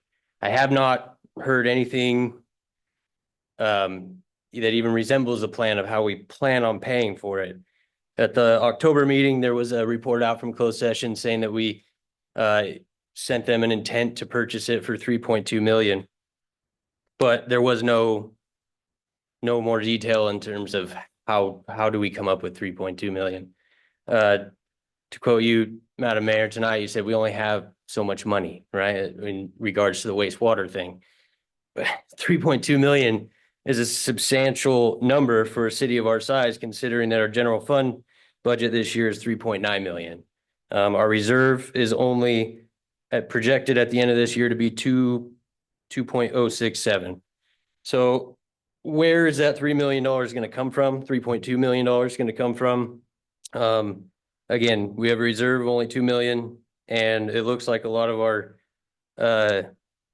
our enterprising accounts or special accounts are actually in the red still as well. So we can't borrow against those again like we've done in the past. So if at all possible, I understand closed session, there's legalities, but if you could provide us with an update of some sort in terms of how we plan on getting that money, that'd be greatly appreciated. Thank you.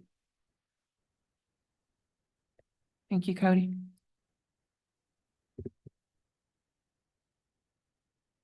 Anyone on Zoom? Nobody. Right, we'll close public comment. And we will adjourn to closed session. I will be recusing myself from item number 1 as I have real property within 500 feet of the golf course. Can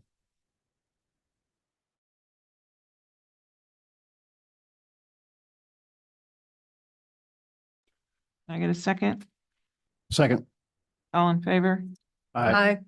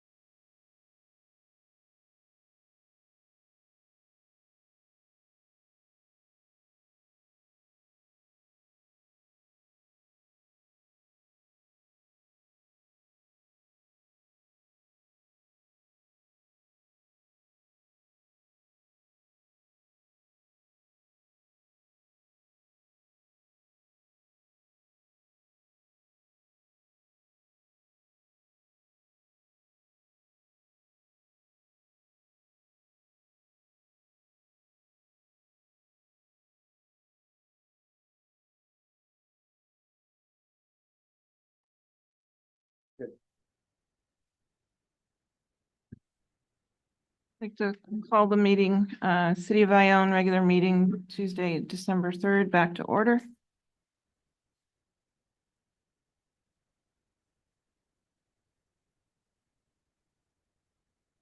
Sorry. You already know what I'm gonna say. Yeah, make sure you, Councilmember Rhodes or Mitchell was Yeah. excused. You wanna take roll call, Janice? Here. Member Rose, Here. Mayor Ratten, Here. Here. Direction was given to staff. Nothing further to report out.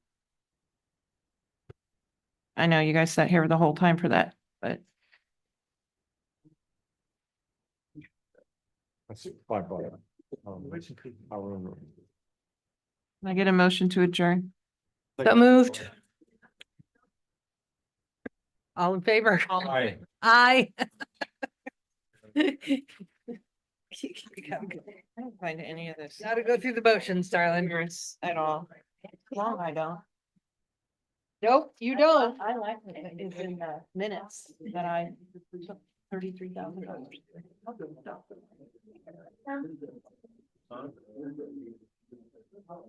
I mean, she just laying it out, One more meeting. laying it out there for me. Oh, I'll be around.